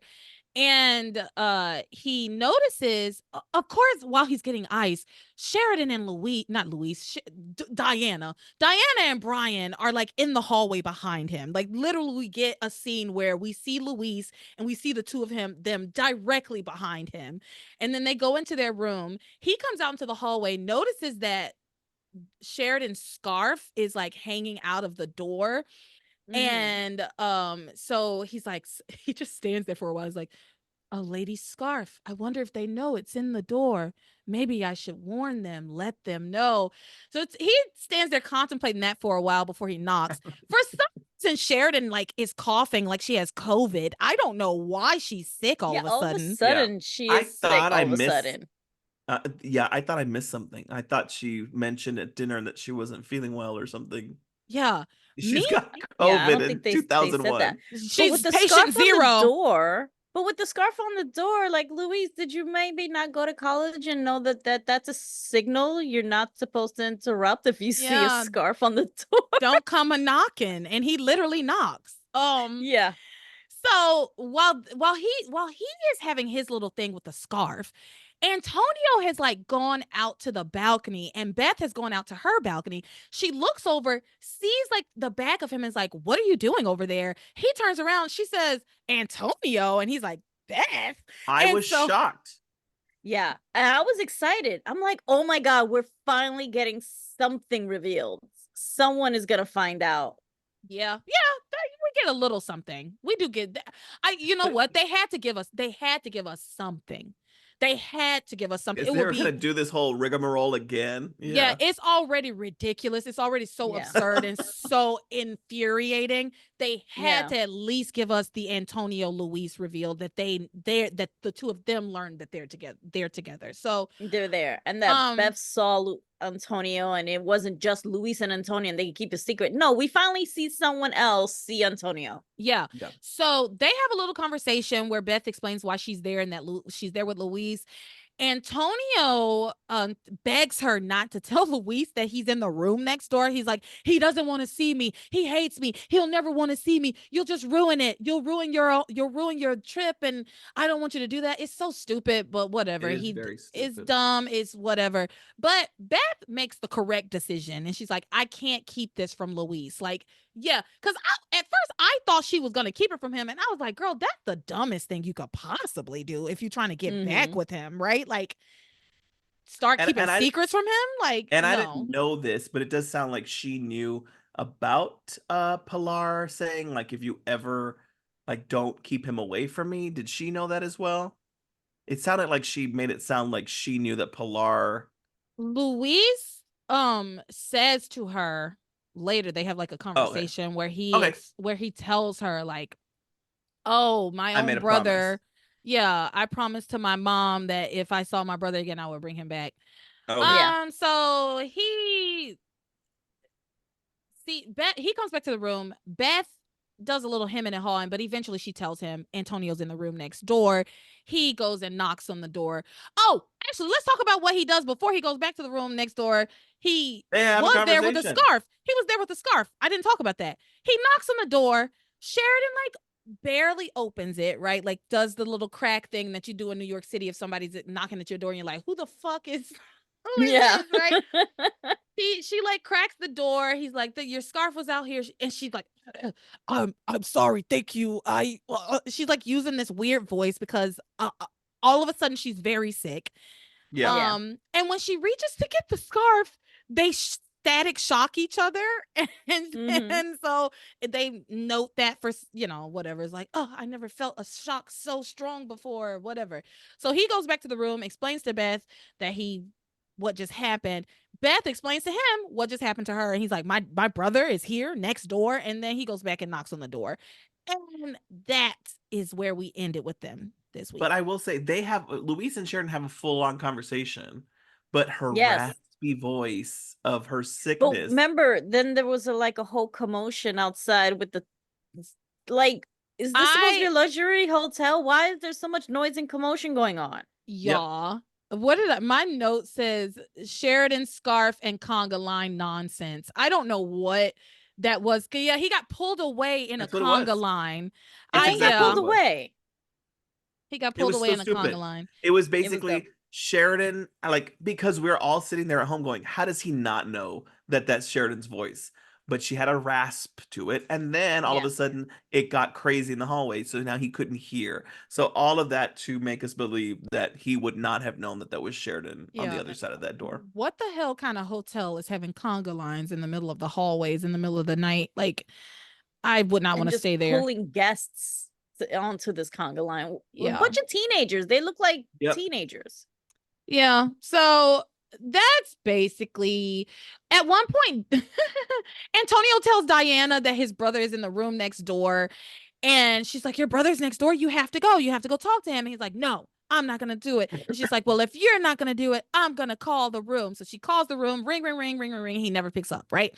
So and at one point, once Louise finally does pick up, Antonio takes the phone from her, puts it down, right? And he says something about like, yeah, my brother's here with a woman. And for some reason, Diana's like, a woman? What's your brother doing with a woman? Tell me Who about is her. she? Who Yeah, is tell me she? everything. Yeah, It it was was weird. I don't know. It was so weird. So I hate the whole like Diana hates Antonio's brother, like or Brian's brother. It's just weird. It comes out of nowhere. They've tried to make it like they've tried to make it a thing, and it's not a Mhm. thing. and if she Gretchen hates Wieners. him, why would she be jealous of some random woman he's with too? Exactly. Like Yeah. it just doesn't make any sense. The choices are weird.